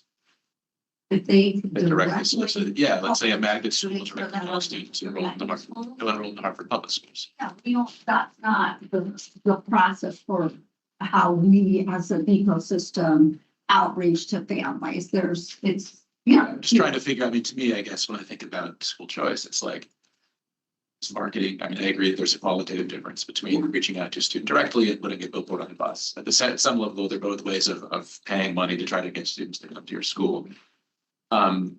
Putting when I think about as an economist, the benefits of school choice, what you really want potentially is you want cities and school districts, regional authorities to be developing good schools, competing for kids, improving the quality of their programs, and then telling people about those programs. People can know about them and find what's right to them. And I guess I want to make sure that we are, on one hand, adhering to our legally mandated requirements to mold the chef, but at the same time, to the extent that Hartford is playing by the rules of the broader region and trying to bring students into the programs they develop, it feels a little bit perhaps asymmetric to me.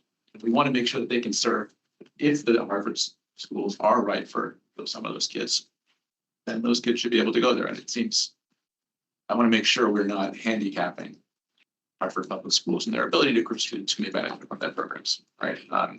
Even if there's perhaps a tension there between compliance with chef, but at the same time, I think to be fair, we need to keep both of these goals in mind. So I would just want to make that point. We try to be judicious, at least here, in terms of balancing enforcement with allowing public school system there's some leeway to recruit the programs that they. So that's my statement. I think as Robin said, there's a difference in how Hartford Public Schools wanted to engage in a broad campaign about the benefits and virtues of HPS neighborhood schools. They wanted to run ads or generally market what they offer as a public school system, with the hope perhaps that students would stay in their schools, neighborhood schools, or perhaps even come back. We wouldn't have a problem with that, but it is the direct approach. It's going door to door. It's going to kids' homes. I guess that was kind of my question. Is it just when Hartford does it that it's a problem, or if a magnet school went to I guess that hasn't happened, but let's say that Craig or a magnet school hired the same firm to recruit from Hartford Public Schools, but they've got a letter like this one. It's a hypothetical question. Maybe you can answer. I think that hypothetical is hard to answer. I would probably, from my position, my answer would probably be yes, because it's the choice has been made. Our role as partners in the work, and even though Craig is not a signatory, they're a partner in the work, and that partnership has to lead to the benefit of students. And part of the tension right now is you're now putting families in the middle of this, sort of tension around compliance with the chef mandate. And, in fairness, as Mike said, the city is a signator to that agreement. So that elevates the expectation, sure. But I think to your point, what we want to have is great schools and message out, here's why my school is great, and let families make that choice. Right, I think we should be helping families make the choice instead. That's absolutely what we want to do.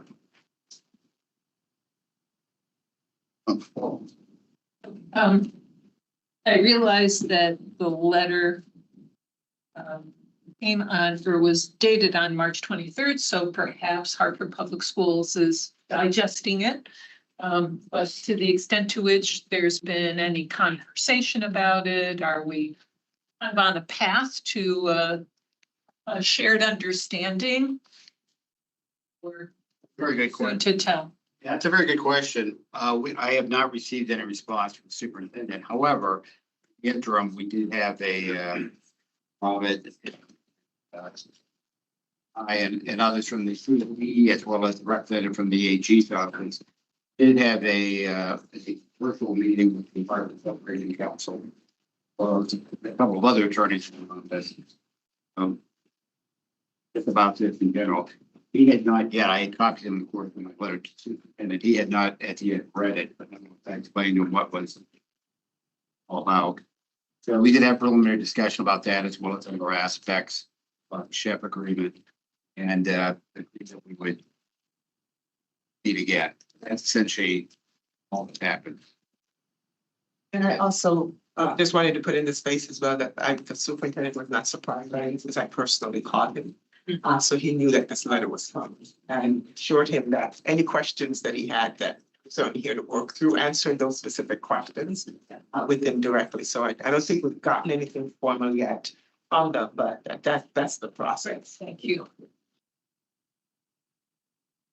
Going back to Seth's line of questioning, do you have any information of how this company interacts with these families? But given Hartford's current financial situation, it would make sense of targeted marketing from a financial standpoint. But has there been just supplying general information on the improved programs of Hartford Public School, or is there questionable tactics being used when interacting with the family? Well, I think given the fact that the agreement is predicated upon the company receiving a arbitrary amount, with $925 per student, so they have a financial incentive to get as many students as they can. It was our concern to that financial incentive that it might, what lengths it might go to. So this was kind of a preemptive letter to express our concern. So there's no actual data on how they're interacting with consumption. No, there was a presentation at the Hartford board where the I believe he was the president of the company explaining their tactics, and that is, like I said, direct solicitation, where they don't receive that $925 per student transition back to Hartford unless there's their direct contact with the individual family, there's an exchange, and then that results in an enrollment. But we don't know what's the nature of that exchange, like that interaction. Is it simply supplying information on Hartford Public Schools programs, or we've not gotten complaints, you've not gotten any other information about their acting when they're meeting with them? No, not the content of what they're, what we're obviously not privy. But it's, as Mike says, it's more the nature of, that's a targeted solicitation of students specifically who are in magnet schools that are within our ecosystem and open choice students. So it's different than we often do target enrollment. And in fact, pay Hartford to do their marketing on behalf of our system for their school. So that targeted marketing can be, I'm going to have a fair, or I'm going to have an event, or I'm going to send out, materials, very different from actually calling families and doing that outreach. That's never been, let me say it that way, that's never been thick, and it's the qualitative difference does raise concern and has prompted reaction by the operators. And I'll also add that in the letter, we indicated that we don't have specific information on their messaging strategy. It's really just what we've heard. So it's inviting more conversation to better understand what it is. Yeah, I mean, I guess to me, just to follow up to Charlie, that this idea of inviting more conversation seems eminently reasonable. I think whether it should be allowed or not strikes me as a result that might follow from that conversation, depending on how it went. I guess that might be. Think about this perhaps.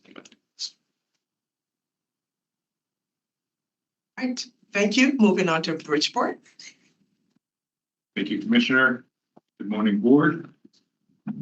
As an update for the month of April, the financial processes and efficiencies that we've been examining in the Bridgeport Public Schools in their current budget has yielded, and I'll start out of the gate with this time, an estimated $6 million savings, as well as a $2 million in reimbursement rate with the district. The technical assistance team and public works have really been supporting the district, identifying and gather information around special education students who are transitioning. I think I mentioned this last month, who are leaving the books, if you will, due to graduation. And they've found cost efficiencies there. They've identified and looked through a number of these individual students to determine the degree of support for educators, found cost savings there. In district transportation, they've been able to identify which students actually need are going to be transferred throughout the district during the school day. I found a number of savings across all of those areas. They've also looked at some of the reimbursement rates, and on the bottom of page 1, I can draw your attention to this.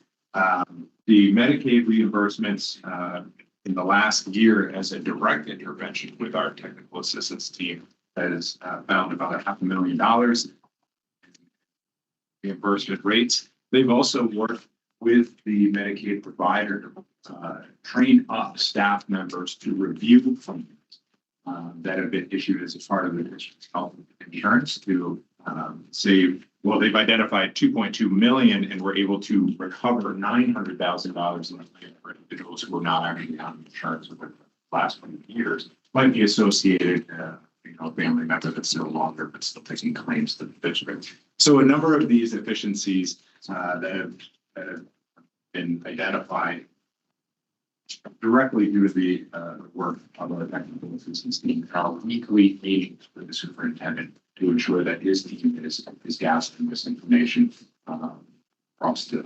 efficiencies that we've identified. The mayor on the 23rd has posted his budgetary contribution to the sum of $5 million, which is about a 2% increase over the contribution from previous years. And it made note, as you may have read in the headlines, that I anticipate a similar amount in the subsequent year. The city council will go through their process, and we hope to have an understanding of where the city may fall by the latest June 6th. There's some negotiation vetoing processes that may occur. We've continued to push the district and engage them in conversations about advocating on their own behalf. $5 million as part of the MFAC meeting where they would be giving with the city the plans for projections of expenses and in order to be able to access the $5 million that was allocated or proposed to be allocated to education. We have continued to monitor, and the district, if you all recall, at the end of last school year, there were about 120 vacancies in the district. Got that down to 41 as a result of our weekly and bi-weekly communications with the districts to recruit and retain staff. They've hovered at around 40. Currently, the number is 44 right now, but we're also advocating trying to build out those systems to ensure that we don't enter into the summer with a similar uptick, especially as this is the transition time of a lot of educators across the state. We are turning our attention to professional development with the district. We've identified that this is now the time that they need to be planning about what they're going to do with staff in preparation for the summer months, which is often a good time to do that work, as well as throughout next year. So we've solicited from the district in what their focus areas are. We're leveraging the expertise of our teams here to identify what we have resourced to support. And we'll be meeting as soon as the second week of April to work with the district to help them scaffold out educators across the district. There's been some notable progress in the efforts that our team here has supported the districts to lift up their district attendance review team. They've been having a great deal of success, show a reduction of chronic absenteeism across the district by 2.6 percentage points comparative to February of last year. There's been a significant uptick in their number of home visits to note 39 to 504 over the last few months. This has been on a monthly basis has been an excellent increase. So they've had a lot of positive outcome from engaging families and students to get them back into the classroom. And I'll finally note, in support of the Bridgeport Board of Education, there was a letter that was sent to us by the Chair Perez, who inquired about or updated us essentially on their progress, past bylaws and certain evaluation and administrative policies relative to the role of the superintendent in the district. And the board chair was intimating that the board planned to postpone the search and extend the contract with the current interim superintendent. And what we would like to see is that certainly they continue to make progress towards revising those bylaws and policies, but they don't delay. We need to make sure that they are in action around the search for a permanent superintendent, whomever that may be. And we have kind of instructed that we would like to see that progress, establishing the search committee and the search firm by June 1 of this year, as well as finalize those policies, which they are currently underway doing and making progress towards. So that concludes my report. Bridgeport Board. Question? Right. I just wanted to note that following up what Charlie said, that I sent the chair a letter essentially articulating what Charlie just said, with respect to the bylaw. It said, and I'm becoming very popular across the state. But nonetheless, so we are communicating and working with them. It's a process. Really, Charlie. Yes, thank you, Michael.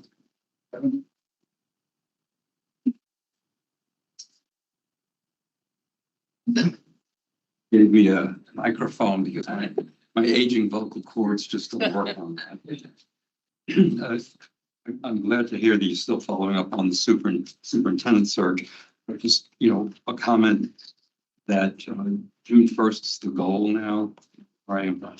Just to bear in mind that, and I've been involved in 50, 60 superintendent searches in the past, that the pool of candidates are pretty much reluctant to do a mid-year change unless they're in trouble in their own district. But they're reluctant, so that right now, March is the season when it primarily happens.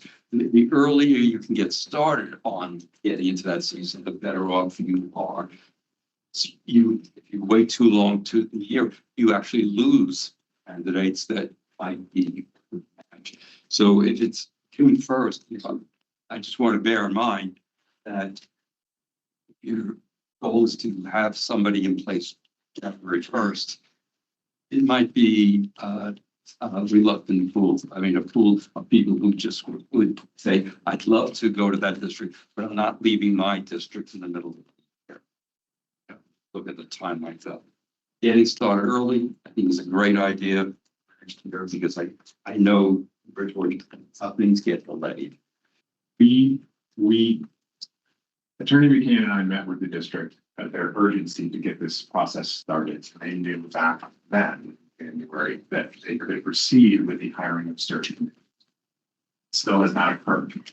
So we are not leaving room for that delay. We want to see some action on it. And if I may, I have somebody has a follow-up question on that. The question, in the budget piece, Mayor Ganimus put in 2% additional. 2% of the previous year's city contribution, to be clear. Correct. Thank you. My question is, what are the actual fixed costs of the district going from one year to the next as far as teacher contracts and the contracts and expenses and student population? Because it could be 5% and getting a 2% year-to-year overage is not going to difference. It'll go backwards. I appreciate that question. I think we'd be here until dinner if I were to explain. But essentially, yes, you're right. We focused a significant amount of work with the district on identifying those fixed costs that were the main drivers of their operational budget. Certainly, there's a large portion of state and federal funds that also contribute to this that aren't necessarily a part of the city's portion of the contribution. So when we look at a 5% to $5 million, 2% contribution, we are looking at how that is bearing against the other sources of revenue for the district. I can't answer off the top of my head each individual piece of that. I would have to look back at some of my notes and get that information to you. But you're exactly right in identifying that main drivers can anticipate a natural prediction of what the district is going to need comparative to how much the increase is necessary. That's reserved for the mayor's decision.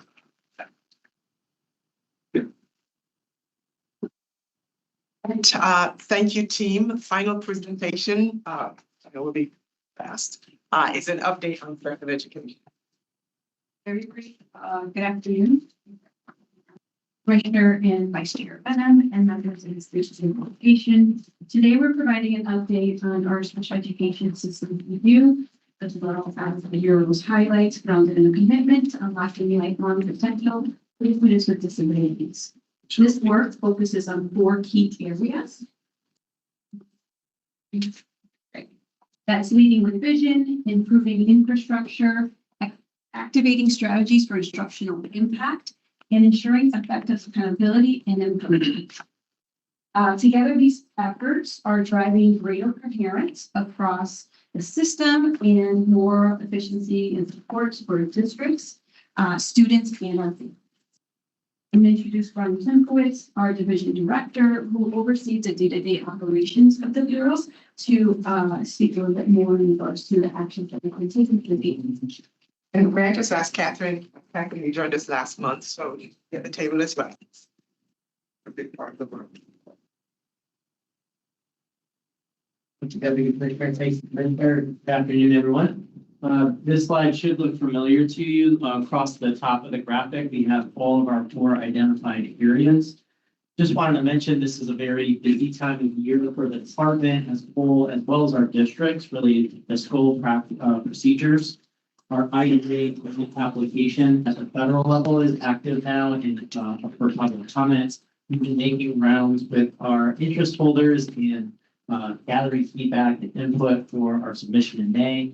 Similarly, our local districts are will be in process this month for applying for their own IDA grant applications, and our teams are reviewing those as well as the additional funding that has come into the state.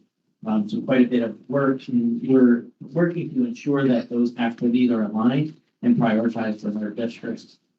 So what I'd like to highlight briefly today is that we do have several steps taken to address the recommendations across these four areas.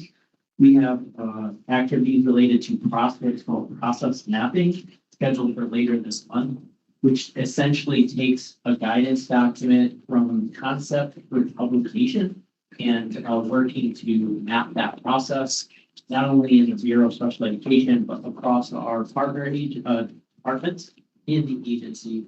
And then later this spring in May, we have activities related to our talent mapping, which will help us align our activities and expertise and capacity that we have not only here at the department, but also with our partners within CERN.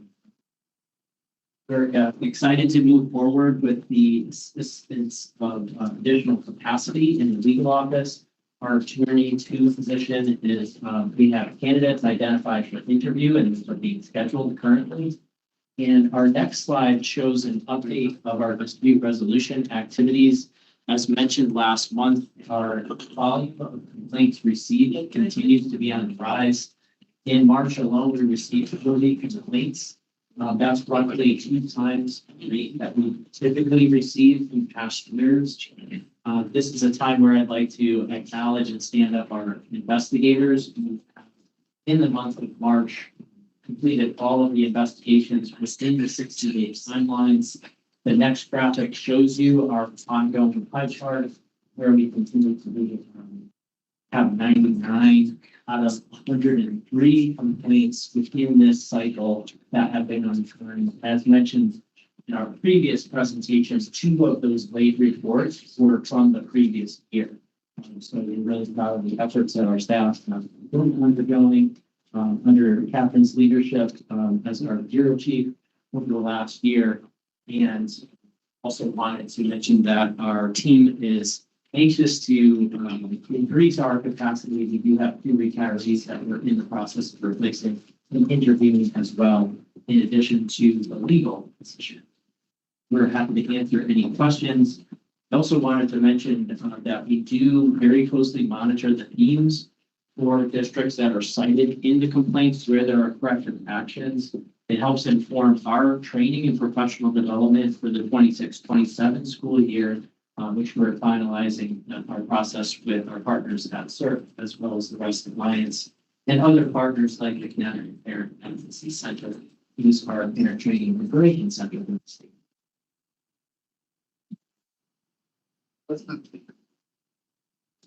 Ryan, thank you. And to the team, I know they worked very hard on this. And I want to just underscore what Ryan mentioned. Yes, we're required to be compliant with the complaints and the timeline, but we really need to uncover kind of the root causes and the issues that we're finding, because that's really addressing the root cause issues that we need to take actions on. So that's really, it's not only about checking the box to say we're on time, but what are we learning and how we utilizing that information to make sure that we can address those issues so they don't continue to reoccur as complaints coming back to the system. So, but I thank you all. I know this has been hard work, and I really appreciate the work.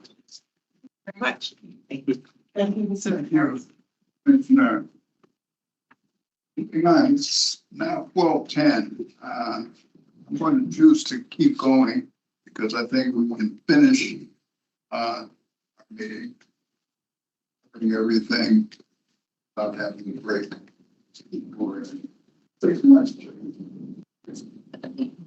Item 8, and these items all require action. So item A, renewal of state charter explorations, Winstead. Can I get a motion? So moved. Second. Probably moved in second.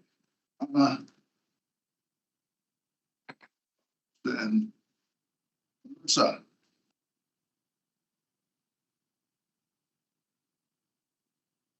Jenkins.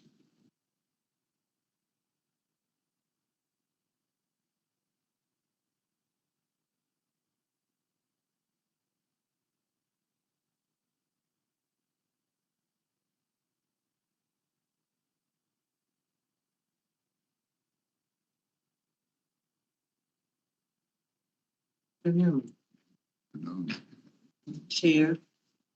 Commissioner. You move the microphone a bit closer. Yeah. Good afternoon, Vice Chair, Commissioner, board members. It is my pleasure to present to you Explorations Charter School. Opening in 1997, Explorations Charter School has provided the Northwestern community with 29 years of service. As a school serving grades 9 to 12, 77 students with 49 students coming from Torrington, Explorations remains committed to its mission of meeting the unique educational, social, and emotional needs of its diverse student populations in a safe, nurturing, and non-traditional environment. Since its 2-year conditional charter renewal in 2024, Explorations has operated under a comprehensive corrective action plan addressing chronic absenteeism, academic achievement concerns. During the charter renewal process, Explorations progress was evaluated across the 4 standards outlined in the executive summary: school performance, stewardship and governance, student population, and legal compliance. Notably, the school has demonstrated a strong commitment to continuous improvement by successfully addressing systemic special education compliance gaps identified during the initial site visit. As of the renewal evaluation, Explorations has achieved full compliance with individualized education programs for all of its students, reflecting the school's responsiveness to feedback and dedication to serving students with disabilities in accordance with the state and federal requirements. While Explorations demonstrates notable strengths, including a 12-point increase in its accountability index from 45.8 to 57.7, a strong 6-year graduation rate for high-need students at 62.6% that nearly matches the state averages, resolution of special education compliance concerns, and deeply meaningful impact on student lives as evidenced by families testifying the school changes lives and saves lives. Its overall next generation accountability index remains below state and host district average. Priority areas for continued action include addressing persistent chronic absenteeism at 41.1% compared to the host 17.8% and state 17.2%. Closing the achievement gap between students' college and career readiness course taking, which is at 95%, and exam passage rate at only 19.5%. Maintaining special education compliance through ongoing monitoring and capacity building, strengthening long-term financial viability, and enhancing recruitment strategies for multilingual learners and students of color. Based on this evaluation and strong community support evidenced through public testimony and stakeholder interviews, the CSDE recommends a 3-year charter renewal from July 2026 through June 2029, subject to 5 specific conditions designed to strengthen Exploration student attendance, outcomes, academic achievement, special education service delivery, and ongoing compliance monitoring, governing practices, and demographic representation. At this time, I will present to you Jim Johnson, the Executive Director and Principal, as well as the Governing Council Chairperson, Sarah Haynes. Good afternoon. I'd like to take this opportunity to thank Commissioner Russell Tucker, Acting Chair Harris, Vice Chair Benham, and all members of the State Board of Ed, Dr. Hughes, Dr. Jenkins, Felicia, Anika, Alexa, and all of the members of the Charter Renewal Site team. As Dr. Jenkins said, my name is Jill Johnson, and I am the very proud Executive Director at Explorations Charter School. It's an honor to be here today to represent our school. I'm about to complete my 12th year in this position, and prior to becoming the school leader, I taught mathematics at the school for 8 years. Today, I'm joined by Sarah Haynes, our board co-chair. This year, we served 77 students from 10 different towns covering 3 counties. Our special ed population is 39%, over double the level found at our host and sending districts. Our special ed students come to us from 5 different districts. 26% of our students have 504 plans. 69.5% of our students qualify for free and reduced lunch. 18% of our students identify as LGBTQIA+, with most students sharing that they have never felt safe in school before coming to Explorations. 75% of our students are classified through the state EdSite Secure Early Indicator tool as high needs. I'm here today full of gratitude that Explorations has been recommended for a 3-year renewal. Complete understanding of the areas identified for improvement, this recommendation represents acknowledgement of the hard work and dedication of my team, along with an appreciation for the unique challenges that our school faces. The Explorations team is dedicated to working to meet any challenge head-on and partner with the state to do what is best for all students. Before I begin to outline our plan for addressing our corrective action and plans for continuous improvement, I would be remiss if I did not take a little time to discuss the process that we went through this year. From start to finish, our entire team found the process to be very comprehensive and transparent. The team assembled to visit our school included some members who had been on other site visits, and while here, they offered feedback on the areas of growth that they have witnessed over the years. Between the date of the site visit and when we received our renewal visit report, we engaged in numerous conversations with members of the turnaround office charter team and other members of the CSDE to provide clarification on topics. This team offered support and helped us to begin the work on our plans for continuous improvement. These opportunities for two-way dialogue have resulted in a stronger than ever partnership between Explorations and the charter school office, and they're grateful. An area of identified need of improvement is our rate of chronic absenteeism. Over the last few years, we've received considerable support from the State Department of Ed, CERC, and Attendance Works. We have and continue to put in place practices to address student attendance. Analyzing data available to us through EdSite Secure, we have identified that most of our students who are experiencing attendance issues have a significant history of attendance challenges. Moving forward, our focus will be on student engagement and relationship building, both in and out of the classroom. Working in partnership with the turnaround office and members of the State Department of Education, we will create a detailed 3-year comprehensive 3-year chronic absenteeism plan designed to increase student engagement, clarify attendance misconceptions for families and communities, identify barriers to attendance and help identify additional supports for families, focus on months with historically high rate of chronic absenteeism and prepare additional supports and activities for students and their families during these months, and provide monthly and quarterly updates to CSDE, including presentations to the Accountability and Support Committee. We're also focused on decreasing the gap between exposure to career readiness coursework and results on college and career readiness examinations. Over the past 2 years, we have greatly increased opportunities for college and career readiness coursework for all students through our college partnerships, as well as offering dual enrollment courses in our building.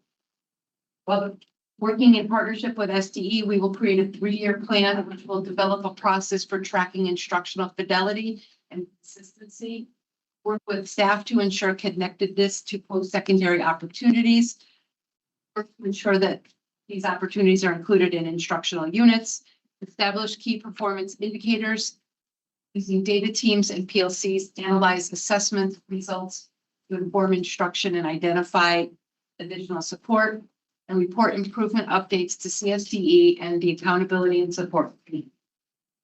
During the renewal process, 2 IEPs were found to be out of compliance. An immediate corrective action plan was implemented, and through a strong partnership with our sending district, both IEPs were brought to compliance. PPT meetings were held to document the details. Moving forward, Explorations will work with CSD Bureau of Special Education to create a detailed plan which ensures operational and legal compliance for the provision of services for students with disabilities. This plan will include a procedure manual which will identify steps that will be followed once disabilities is accepted to explorations, steps that will be followed should explorations determine the need to refer a student for special education evaluation, communication procedures to ensure that all teachers are aware of accommodations and modifications identified in the IEP, review of differentiation practices and modifications as part of the teacher evaluation process with all teachers, and a procedure to address corrective actions that may be uncovered by exploration staff or during any desk audit process. Explorations Administration will work with our governing board to update both the board policy and procedure manual and the accounting policy and procedure manual. The renewal process identified minor modifications that would result in better alignment with the school's best practices and promote more effective outcomes. The board policy and procedure manual will be revised to clarify roles and responsibilities of the board and its subcommittees related to school oversight, finance, and other school matters. Part of this update will detail reports to the governing board by administration at its monthly meetings. The accounting policy and procedure manual will be updated to address observations made as part of the renewal visit. In addition, a summary of revision dates will confirm the annual review of this manual. A committee of the governing board has recently updated our employee manual. Prior to voting on the acceptance of the updated manual, the committee will ensure that current policies related to cash handling, travel reimbursement, salary advances, and private use of school facilities are included in the document. The board chair will report to CSD the status of the implementation update of the board and accounting policy and procedure manuals and employee handbook and provide documentation to the state board. A plan for continuous improvement will be submitted, which will detail and outline our recruitment and retention strategies for multilingual learners and students of color. This plan will be developed in partnership with the State Department of Education. We have engaged the services of translation service to ensure that all communication with families is delivered in their native language. Our newly developed marketing club includes students from different racial, ethnic, gender, and gender identity, disability status, and socioeconomic backgrounds. This group works in partnership with school administration and a marketing professor from CT State Northwest. Strategies related to the recruitment of students with a focus on students of color will be discussed. Progress updates and our fully developed plan for continuous improvement will be provided to the CSD Turnaround Office, Charter School team, and Charter Renewal Cross-Functional Team, including an update to the SBE Accountability and Support Committee. In closing, Explorations is a unique school with a 29-year history of supporting and educating some of our area's most vulnerable students. We will continue forward, working tirelessly to create and implement our plans for continuous improvement. Thank you for your time, your dedication, and your continuance.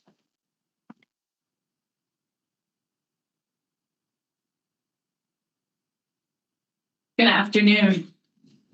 Thank you for the opportunity to speak this afternoon, even while your tummies might be rumbling. My name is Sarah Haynes, and I'm a co-chair of the board of directors at the Explorations Charter School located in Winsted, Connecticut. I became a member of the board because I believe in the difference Explorations Charter School makes in our community. Not just for my two special needs children who would not have graduated if it wasn't for the school, but for so many of the students we serve. Explorations Charter School is a rare gem in the Northwest corner. This small school becomes a community of those who want acceptance, safety, some second chances, and most importantly, the feeling of success. Our entire board is dedicated to supporting our school. At our monthly board meetings, data related to attendance, chronic absenteeism, academic achievement, financial status, and policies is presented, reviewed, and discussed.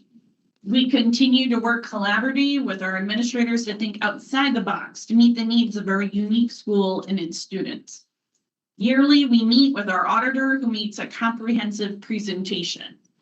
We hold bi-yearly meeting board retreats to give space and attention to items that need longer attention than our monthly meetings can handle. We continue to address the challenges of chronic absenteeism by brainstorming and reviewing engagement strategies. Our brainstorming has led to activities and partnerships for the benefit of our students. We work hard to try to meet the unique needs of our individual students. We continue to support the needs of our students by continuing to work with professionals on topics related to curriculum development and differentiation. We're reinforcing our strengths and continue to develop any areas of weakness. As you're aware, our school is not the typical school. We're the second, third, fourth, final chance for some of these students. At the same time, we're a choice destination for others who desire adventure-based opportunities and small classes, personal relationships. Students who have struggled in their home school for various reasons come to us looking for a fresh start. As hard as we try, we cannot erase the prior years. We can only work hard to build upon them and move forward. We continue to work with Board on Track and other professionals to make sure our policies and manuals follow the best guidelines for our school. We're constantly reviewing and revising to stay with the times. As part of this year's renewal, we will focus on ensuring that our BPM, APM, and all the other acronyms and employee handbook are thoroughly reviewed and updated to ensure legal compliance and the policy support student success. This year, we are partnering with a professor, as Jill said, at the Connecticut State Northwest to help create a marketing club for our students. These students are working on various marketing strategies and creating campaigns to attract new students and represent the community we live in. We look forward to continuing to improve and grow. We thank you for all of your generous support and look forward to working with you on this year. Are there any board comments? Seeing none, all those in favor of accepting the recommendation, please signify by saying aye. Aye. Opposed? Abstentions? It is so forth. Thank you very much. Thank you. Item B, renewal of state charter for integrated day charter school in Norwich. Can I have a motion? Second. Probably moved in second. Thank you. Integrated Day Charter School has served the Norwich community for 29 years since opening in 1997, fulfilling its mission to provide, in partnership with its children, families, and community, a safe, flexible, and academically challenging learning environment that meets the unique social, emotional, academic, and physical needs of each child. Currently serving grades pre-K through 8 with 364 students, 82% from Norwich, Integrated Day Charter School provides vital educational opportunities to a diverse population where 52.7% qualify for free or reduced price meals and 11.3% receive special education services. Following its 5-year charter renewal in 2022, Integrated Day completed this renewal process 1 year earlier at the request of the turnaround office, demonstrating its school's commitment to continuous improvement and strong operational readiness. The school's 2024-2025 Next Generation Accountability Index of 65.2 continues to significantly surpass the whole district average of 56.5, reflecting a consistent pattern of outperformance for PLA, mathematics, science for both overall and high-need students, which has been maintained since 2018. Particular strengths include exceptional chronic absenteeism performance at 12.8% compared to the host district's 21% and the state 17.2%. Outstanding on-track to high school graduation rates of 95.3% and maintaining discipline Tier 1 status throughout the renewal period and strong community support as evidenced by 117 attendees and 40 testimonies at the public hearing, alongside a thriving wait list of 677 students. While Integrated Day Charter School demonstrates these considerable strengths, the 7-point decline in the accountability index from 72.2 to 65.2 warrants attention, along with mathematics academic growth at 47.9 versus the state 62.3. Achievement gaps between high needs and non-high needs across subject areas, and a recent increase in suspension rate from 1.9% to 7% with Hispanic and Latino students experiencing disproportionate rates of 11.1%, and the underrepresentation of multilingual learners at 7.4% as the school continues to refine recruitment strategies for this population. Based on Integrated Day Charter School's overall strong performance, exemplary community partnerships, exceptional operational practices, and consistent academic achievement exceeding the host district, the CSDE recommends a 5-year charter renewal, a maximum term for July 2026 through June 2031, subject to 4 specific conditions addressing continuous academic improvement with a focus on closing achievement gaps, ongoing monitoring of school climate, annual fiscal status reporting to maintain financial stability, and enhance recruitment and retention strategies for multi. At this time, it is my pleasure to introduce Debbie Allard, the Executive Director, and Brandon Hyde, the Governing Council Vice Chair. Good afternoon, everyone. I first want to thank Commissioner Russell Tucker and all the members of the State Board of Ed for being here today and listening. And I also want to extend my gratitude to the members of the CSD Turnaround and Charter Office for their steady guidance, thoughtful feedback, and genuine partnership through this process. Dr. Jenkins and her team have both been generous and precise with their time, always centering what is best for students. We've long felt the unwavering support and clear communication of Felicia Canty, and that consistency remained evident throughout this process and beyond. The Renewal Committee approached its work with diligence and care, examining every facet of our school, from climate to instruction to finance to stakeholder voice. I would also like to thank Board Member Bonnie Burr for making the trek to Southeastern Connecticut to preside over our public hearing back in October. My own journey began with IDCS in the early 2000s as a graduate intern. I went on to teach in a 3rd and 4th grade classroom, and then I took a professional detour to Miami and Bogota. Proof, perhaps, that while you can leave IDCS, it does not leave you. I ultimately returned, as you can see, drawn back by its unmistakable pull, to serve as first a 6th grade teacher and then the assistant director and now lead director. Stories like mine, though, are far from unique, which is why I shared it. That, in many ways, is the point. IDCS is more than a school, it's a community that endures. The numbers, while impressive, are simply the visible evidence of something deeper. A 97% teacher retention rate, 89% for paraeducators, and 96% for other non-certified staff. A remarkably low student attrition rate of 1 to 2% annually over the past 5 years. A waitlist, as you heard, exceeding 650 students. 17 current students are the children of alumni, and 6 staff members once sat in our classrooms. This is a testament to the long-term sustainability of our school, which has become a foundational institution in the region.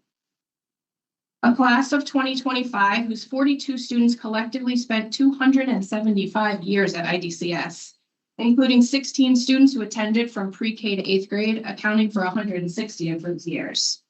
The decision of these families to remain with IDCS for a collective 275 years is one of the most rigorous evaluations of our success that we could ask for. And more than 870 original student research projects completed each year. Shameless plug, our research nights are May 27th and 28th. I highly recommend that you come. I know we've had attendees prior. These numbers aren't accidents, though. They're the result of intentional, sustained effort, a school steadfast in its mission, yet responsive to the evolving needs of the community. Walk through our doors on any given day, and you'll see learning is alive with purpose. Students engaged in service projects that benefit local organizations, families participating as true partners, classrooms where inquiry is encouraged and thinking is challenged. Of course, data tell a compelling story, but cannot quite capture the spirit of a place. It cannot measure the care, the resilience, or the quiet daily acts of dedication that define IDCS. 30 years in the making, this is a school built by people who believe that education can and should be done thoughtfully, intentionally, and admittedly a little different. Now, we're also clear-eyed enough to know that a little differently does not mean perfectly. In fact, the charter renewal process offers a rare and valuable gift that other schools don't get: the opportunity to reflect with honesty, to celebrate strengths, and to refine where needed. As I prepared for today, 2 words came to mind: flourish and finesse. There is much at IDCS that flourishes, and there are areas where finesse is both necessary and welcomed. We are grateful for the commendations and recommendations provided, and I'm pleased to share that we have already taken action on each of them. Some refinements have been immediate, particularly in the area of finance. Updates to our fiscal policies and procedures handbooks approved at our February board meeting include clear documentation of cash deposits, the addition of no pay advance language in the employee handbook, a reduction in the board authorization threshold from 20,000 to 10,000, and strengthened procedures for audit review and response. In short, fewer ambiguities and more accountability, which are never a bad combination. Other areas of growth require sustained, thoughtful effort, especially in teaching and learning. In response to feedback, we've already taken steps to make learning more visible through standard aligned anchor charts, vocabulary word walls, and targeted professional learning. Looking ahead, we are investing deeply in mathematics instruction. While our community thrives, we recognize that our math outcomes must more closely mirror our students' potential. That is why we are partnering with EdAdvance beginning in the 26-27 school year to support the development of a cohesive pre-K to 8 math vision. This work will focus on problem-based learning, meaningful discourse, universal design for learning, and the strategic use of math language routines, all in service of ensuring access and excellence for every student. Alongside this, we will develop a 1 to 3 year plan to strengthen instructional practices and outcomes in mathematics. In English language arts, we have applied for a grant through the Buck Foundation, a proponent of charter schools, and are optimistic about joining the Connecticut Charter Literacy Consortium. This opportunity would allow us to deepen our use of evidence-based practices, strengthen instructional coherence across grades pre-K to 8, and engage in meaningful cross-network collaboration. While our measurable goal is to increase proficiency and reduce the number of students performing at level 1 on SBAC, our true aim is far more ambitious: full literacy for every student entrusted to us. I would be remiss not to mention the role of our facility and the grants that support it, because a well-maintained, thoughtfully designed environment is not merely a backdrop for learning, it is an active participant in it. These investments ensure that our physical space reflects the same care and intention as our instructional programming. I'd also like to briefly reflect on the commendations we received. Words such as instructional routines, independence, community building, goal setting, responsibility for learning, effective arts instruction, and family engagement appear throughout the report. These are not incidental descriptors. They are in many ways the vocabulary of IDCS itself. As we approach our 30th year, we understand the importance of holding fast to our founding principles while continuing to evolve. The commendations affirmed we are doing just that. Nearly 3 decades ago, IDCS was founded on the belief that education should be delivered thoughtfully and with intention. Today, our story, summarized in the renewal report, proves that belief works. Renewal is more than a procedural step. It is a green light for us to deepen our impact, refine our instruction, and continue serving as a beacon of what is possible in Southeastern Connecticut public education. I ask for your support in voting in favor of renewing our charter for the maximum duration so that the next generation of IDCS students can continue to learn with purpose and IDCS can continue to be a cornerstone of the Norwich and greater Norwich community. Thank you. Good afternoon, Commissioner Russell Tucker and distinguished members of the Connecticut State Board of Education. I was asked to keep this brief, which I'm sure is appreciated now more than it was initially. My name is Brandon Hyde, and I am an active community member in the city of Norwich and a father to a current student at IDCS, as well as a recent graduate now attending Norwich Free Academy. I have the honor of serving as the vice chairman of the IDCS governing board and sit on several committees. Having an enjoyable experience attending the Norwich public schools as a child, I was hesitant when my wife first suggested we look at IDCS for our children's education. That all changed upon my first visit to this amazing school. The energy and sense of community is overwhelmingly apparent the moment you walk through the doors. The school has continued to have a positive impact on my children and my family throughout our entire experience. The sense of community, diversity, and support is unmatched in any other school. I am proud to be part of the IDCS family and appreciate the positive role it has played in our family's life. I look forward to the continual growth and strengthening of our school. I would like to ask for your support in voting in the favor of renewing the charter for the maximum duration so that many more families can have the same experience that our family has had. Thank you for your time and consideration.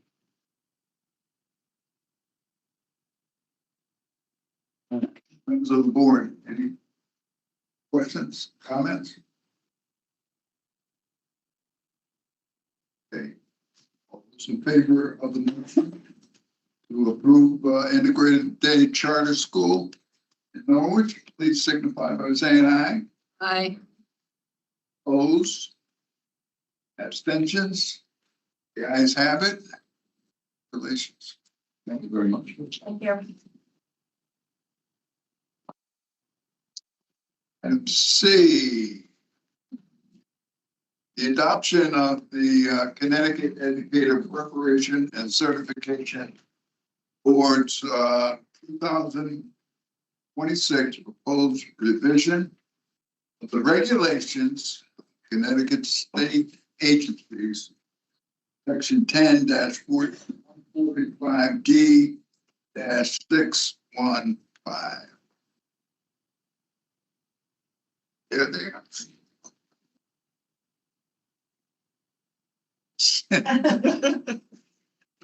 So moved.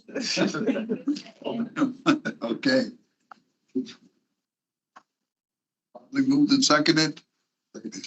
Thank you. This is the last part of one of the regulations that LPDC is set us to wait in our last meeting, and we brought back to our board for further conversations. It's really the last part of the bigger bulk that we've done, and we've got the prep program ones left.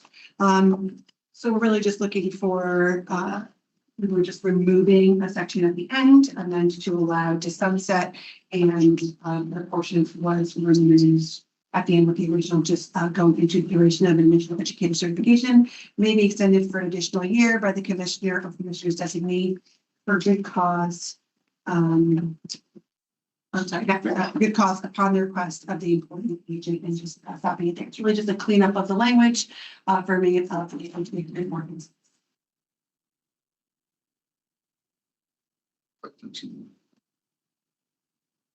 Those in favor, please signify by saying aye. Aye. Opposed? It is so ordered. Thank you very much. Moving on. Got the motion for item D, adoption of the Connecticut Education Preparations and Certification Board's proposed statutory and regulatory provisions establishing alternative pathway to professional educator certificate. Second. Moved and second. Please proceed. Thank you. So as part of our work the certification for is looking at providing flexible pathways to certification. In this case, flexible pathways to professional certification.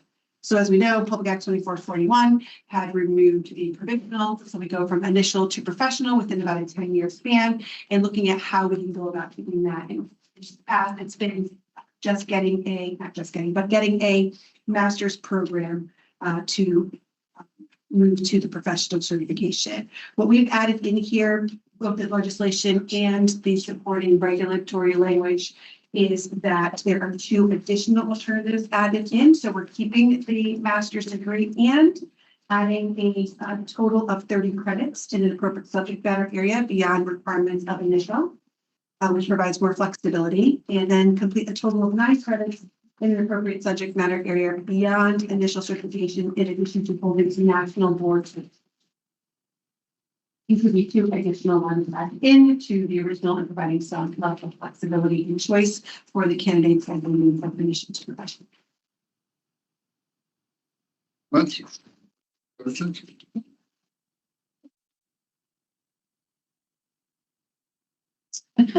All those in favor of the motion? Aye. Abstentions? Motion carries. I just want to thank the Legislative and Policy Development Committee for meeting with us and having really good conversations around the work that we've been doing and providing us food for thought to bring back to the board and adjust whenever possible. So thank you so much for that. We appreciate you. Thank you. To be consideration of certification for Terrence Collins, the 305 elementary education pre-K through 6. Can I get a motion? So moved. Second. Second. Good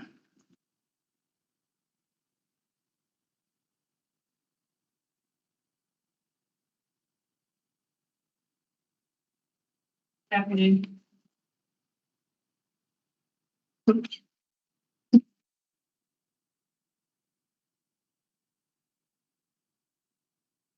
Good afternoon, State Board of Education members, and thank you for your time today. Mr. Terrence Collins is seeking a waiver for certification testing for the Praxis 2 elementary math tests to be issued an initial educator certificate endorsed for elementary education pre-K to 6. However, Mr. Collins has not been able to demonstrate minimum content knowledge in mathematics, either through Praxis 2 or through current relevant coursework. Teachers need to provide rich instruction in the key areas of focus in mathematics. They also need a deep understanding of the learning progressions in mathematics across grades, so they can help students build new understanding on the foundations built in previous years. Therefore, after a comprehensive review of Mr. Collins's credentials, the current certification requirements, and the expectations for teaching mathematics in elementary grades, the CSCE cannot recommend that the SBE approve the requested waiver for an initial educator certificate endorsed for elementary education endorsement 305. I'm happy to answer any questions you have. Thank you. Questions? I do.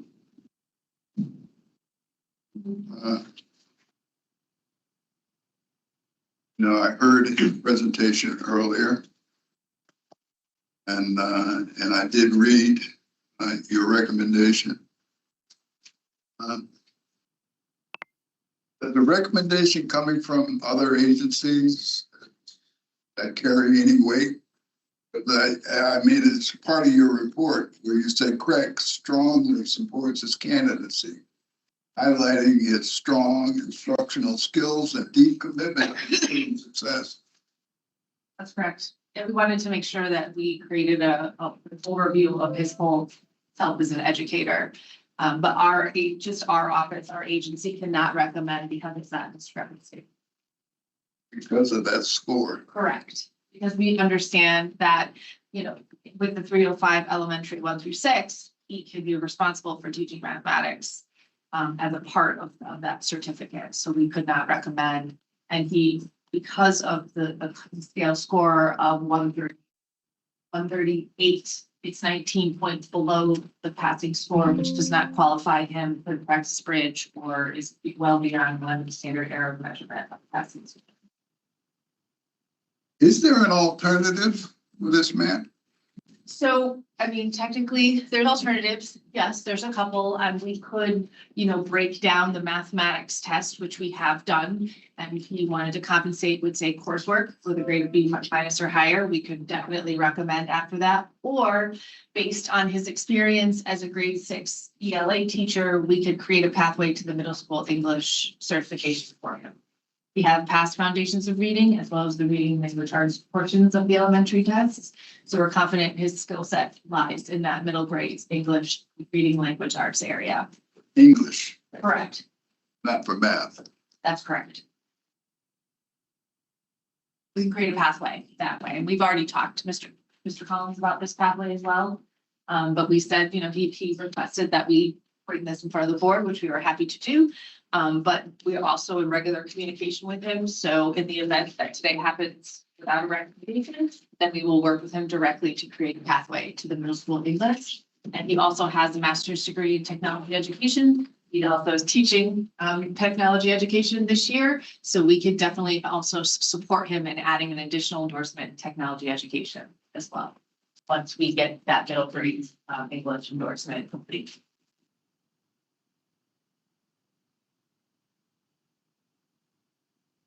So he has some options. That's correct. That is correct. Yes, we found options that we want. We don't want this to discourage him, and we also want to look at him as the whole educator, but just because of what we know with our standards, as well as, requirements for certification, we just could not recommend it. So, and I'm glad that there's some options, and I understand that we have to give tests as a building administrator that I was for many years. I understand that, but what data connects that if you pass a test, you'll be a successful teacher?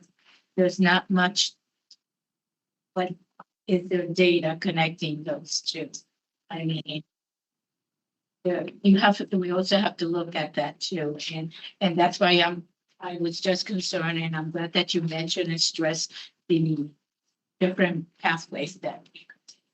Exactly. And also too, just so you know, we have researched every area of every assessment. And, this demonstrates the educator's content knowledge. So if Mr. Collins, say, if we would have said, hey, we're looking for a course in geometry, we're looking for a course in certain, we could also through CSCE recommendation could accept coursework in lieu of the testing as well, like just for recommendation purposes. Yes.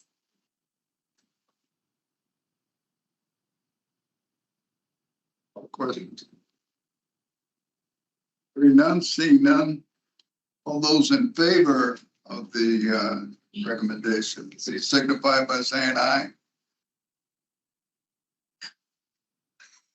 Those opposed, please. You have the same rights. Abstentions. Sorry, I feel like we have to Talk to me, folks. Yeah, sorry. So let me talk in the hope of getting us towards a resolution to this matter. So I share some people Gladys's skepticism. Actually, your microphone. The microphone is hopefully on. Everyone always tells me I talk too loud. So I try to compensate by talking more quietly, perhaps precisely the wrong context. In any case, I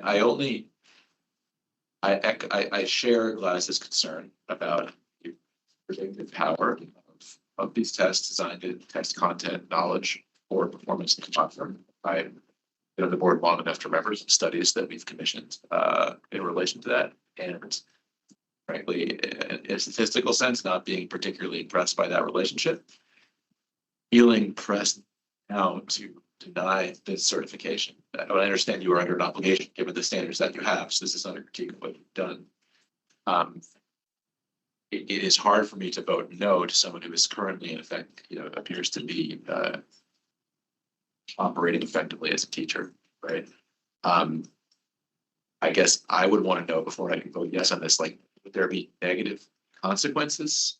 Like, what will, like, this is a certification that's being sought so we can sort of, so that Mr. Collins can continue to develop as a teacher. Would this wouldn't jeopardize, how would this, if we vote yes, how does this affect his career pathway? So voting yes, meaning that you. I vote won't be yes. Issuing him the elementary. Yeah, I mean, So to we- follow we the have a different recommendation, pathway yeah. where we can acknowledge and accept his experience as a grade 6 English language arts teacher to create a pathway to the middle school English endorsement set. But that would be a different process. We'll have to look through. We believe it's about, we didn't do the full analysis yet because he wanted to do this first and said after, but from the cursory review of his credentials, it's about 2 courses at a time. Courses and what? In a class, middle school English. That's just a cursory. So what is he doing right now? He's currently, from my understanding, he's currently serving as a long-term substitute as a technology education teacher. Trek decided not to keep him in the English language arts position for this school year. They definitely fully support his candidacy. It was really a district policy issue versus anything to do with, they fully support his candidacy and definitely want to keep him on staff.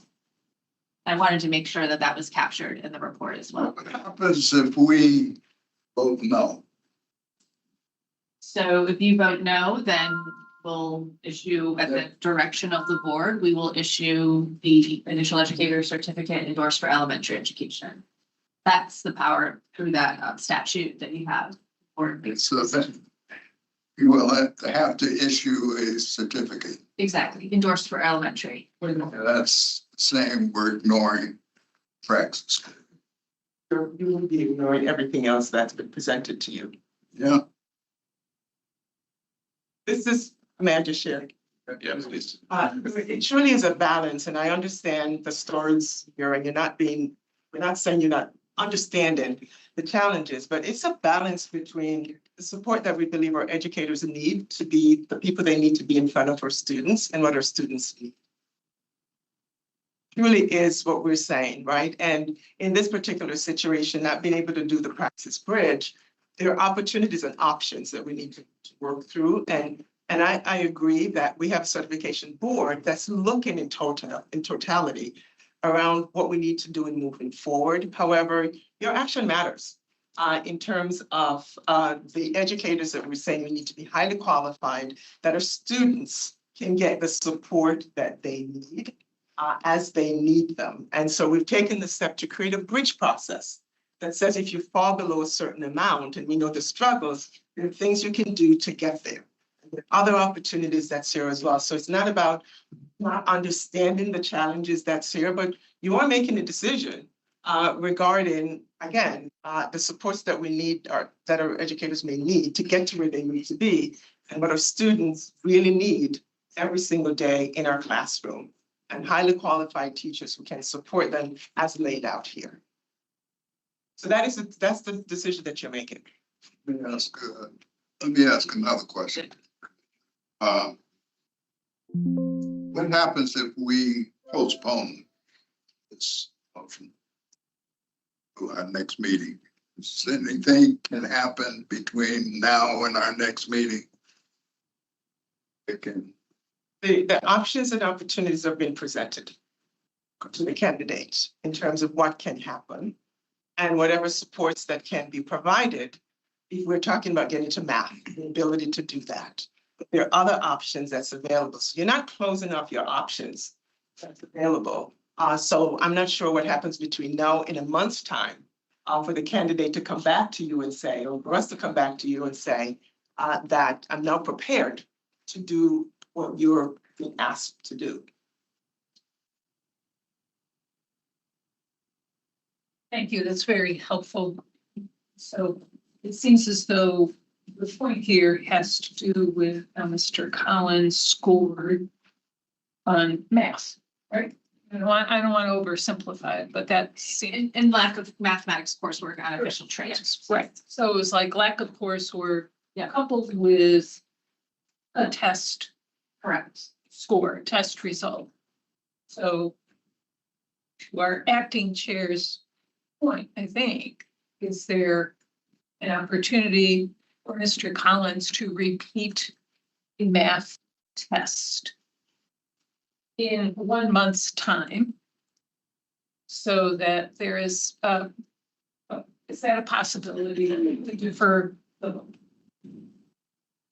From my last correspondence with him regarding that, he was not interested in taking the test. Again, he's taken it multiple times, and we had sent a flyer for joining a prep session, a virtual prep session specifically for this course, and he told me he did attend, but he was not going to be taking the test. So yeah, that was written correspondence.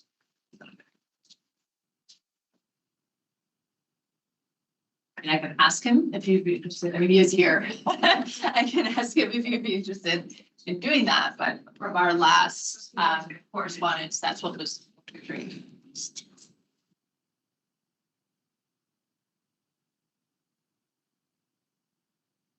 Acting Chairman, I'm calling the question. I'm calling the question. Okay. Has been called.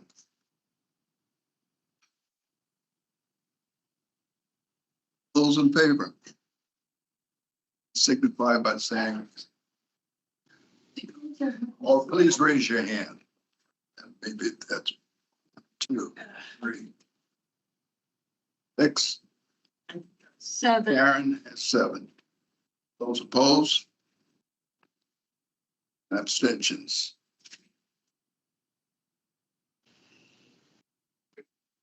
Thank you. Said yes. Item 9, anything under financial matters? Well, the appropriations budget came out, as you know, and still taking a look at that. It's phase, Laura. And I'm going to call items for education. That budget is still. Yes, I believe that's true. The governor's budget had originally given the department 30 million additional dollars. The budget that came out of the appropriations committee gave us another $30 million. And so in totality, we have $60 million in new funding that we did not previously have. Posted. It goes through. All right. Moving on to consent agenda. The 2 items there. It's any one or any item. I don't want to pull an item from the consent agenda, but I would encourage you to take a look at figure 2 at some point in the report of education, which shows the inflation adjusted per pupil expenditures on it. Figure 2 of the condition of application report that in our packet at your leisure. We often hear that education spending is going up and up and up and up. This figure shows that it's basically been flat in Connecticut since 2018. That's it. Thank you, Ajit, for including it.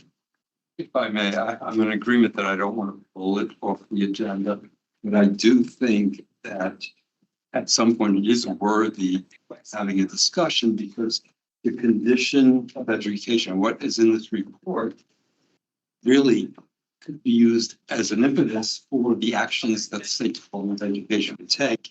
And I do have some questions about some data that could actually supplement. So I would say, what we're voting on is receiving the report. I'm fine with that.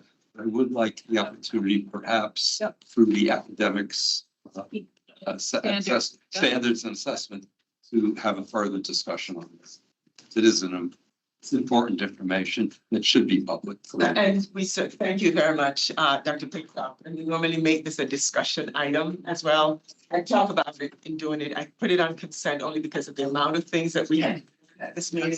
But we'll bring it back for discussion in a sheet and see what we can, so we can talk about it. We use a lot of the data in this report, so in public, and I know the press wants to do this, so we'll do that next month.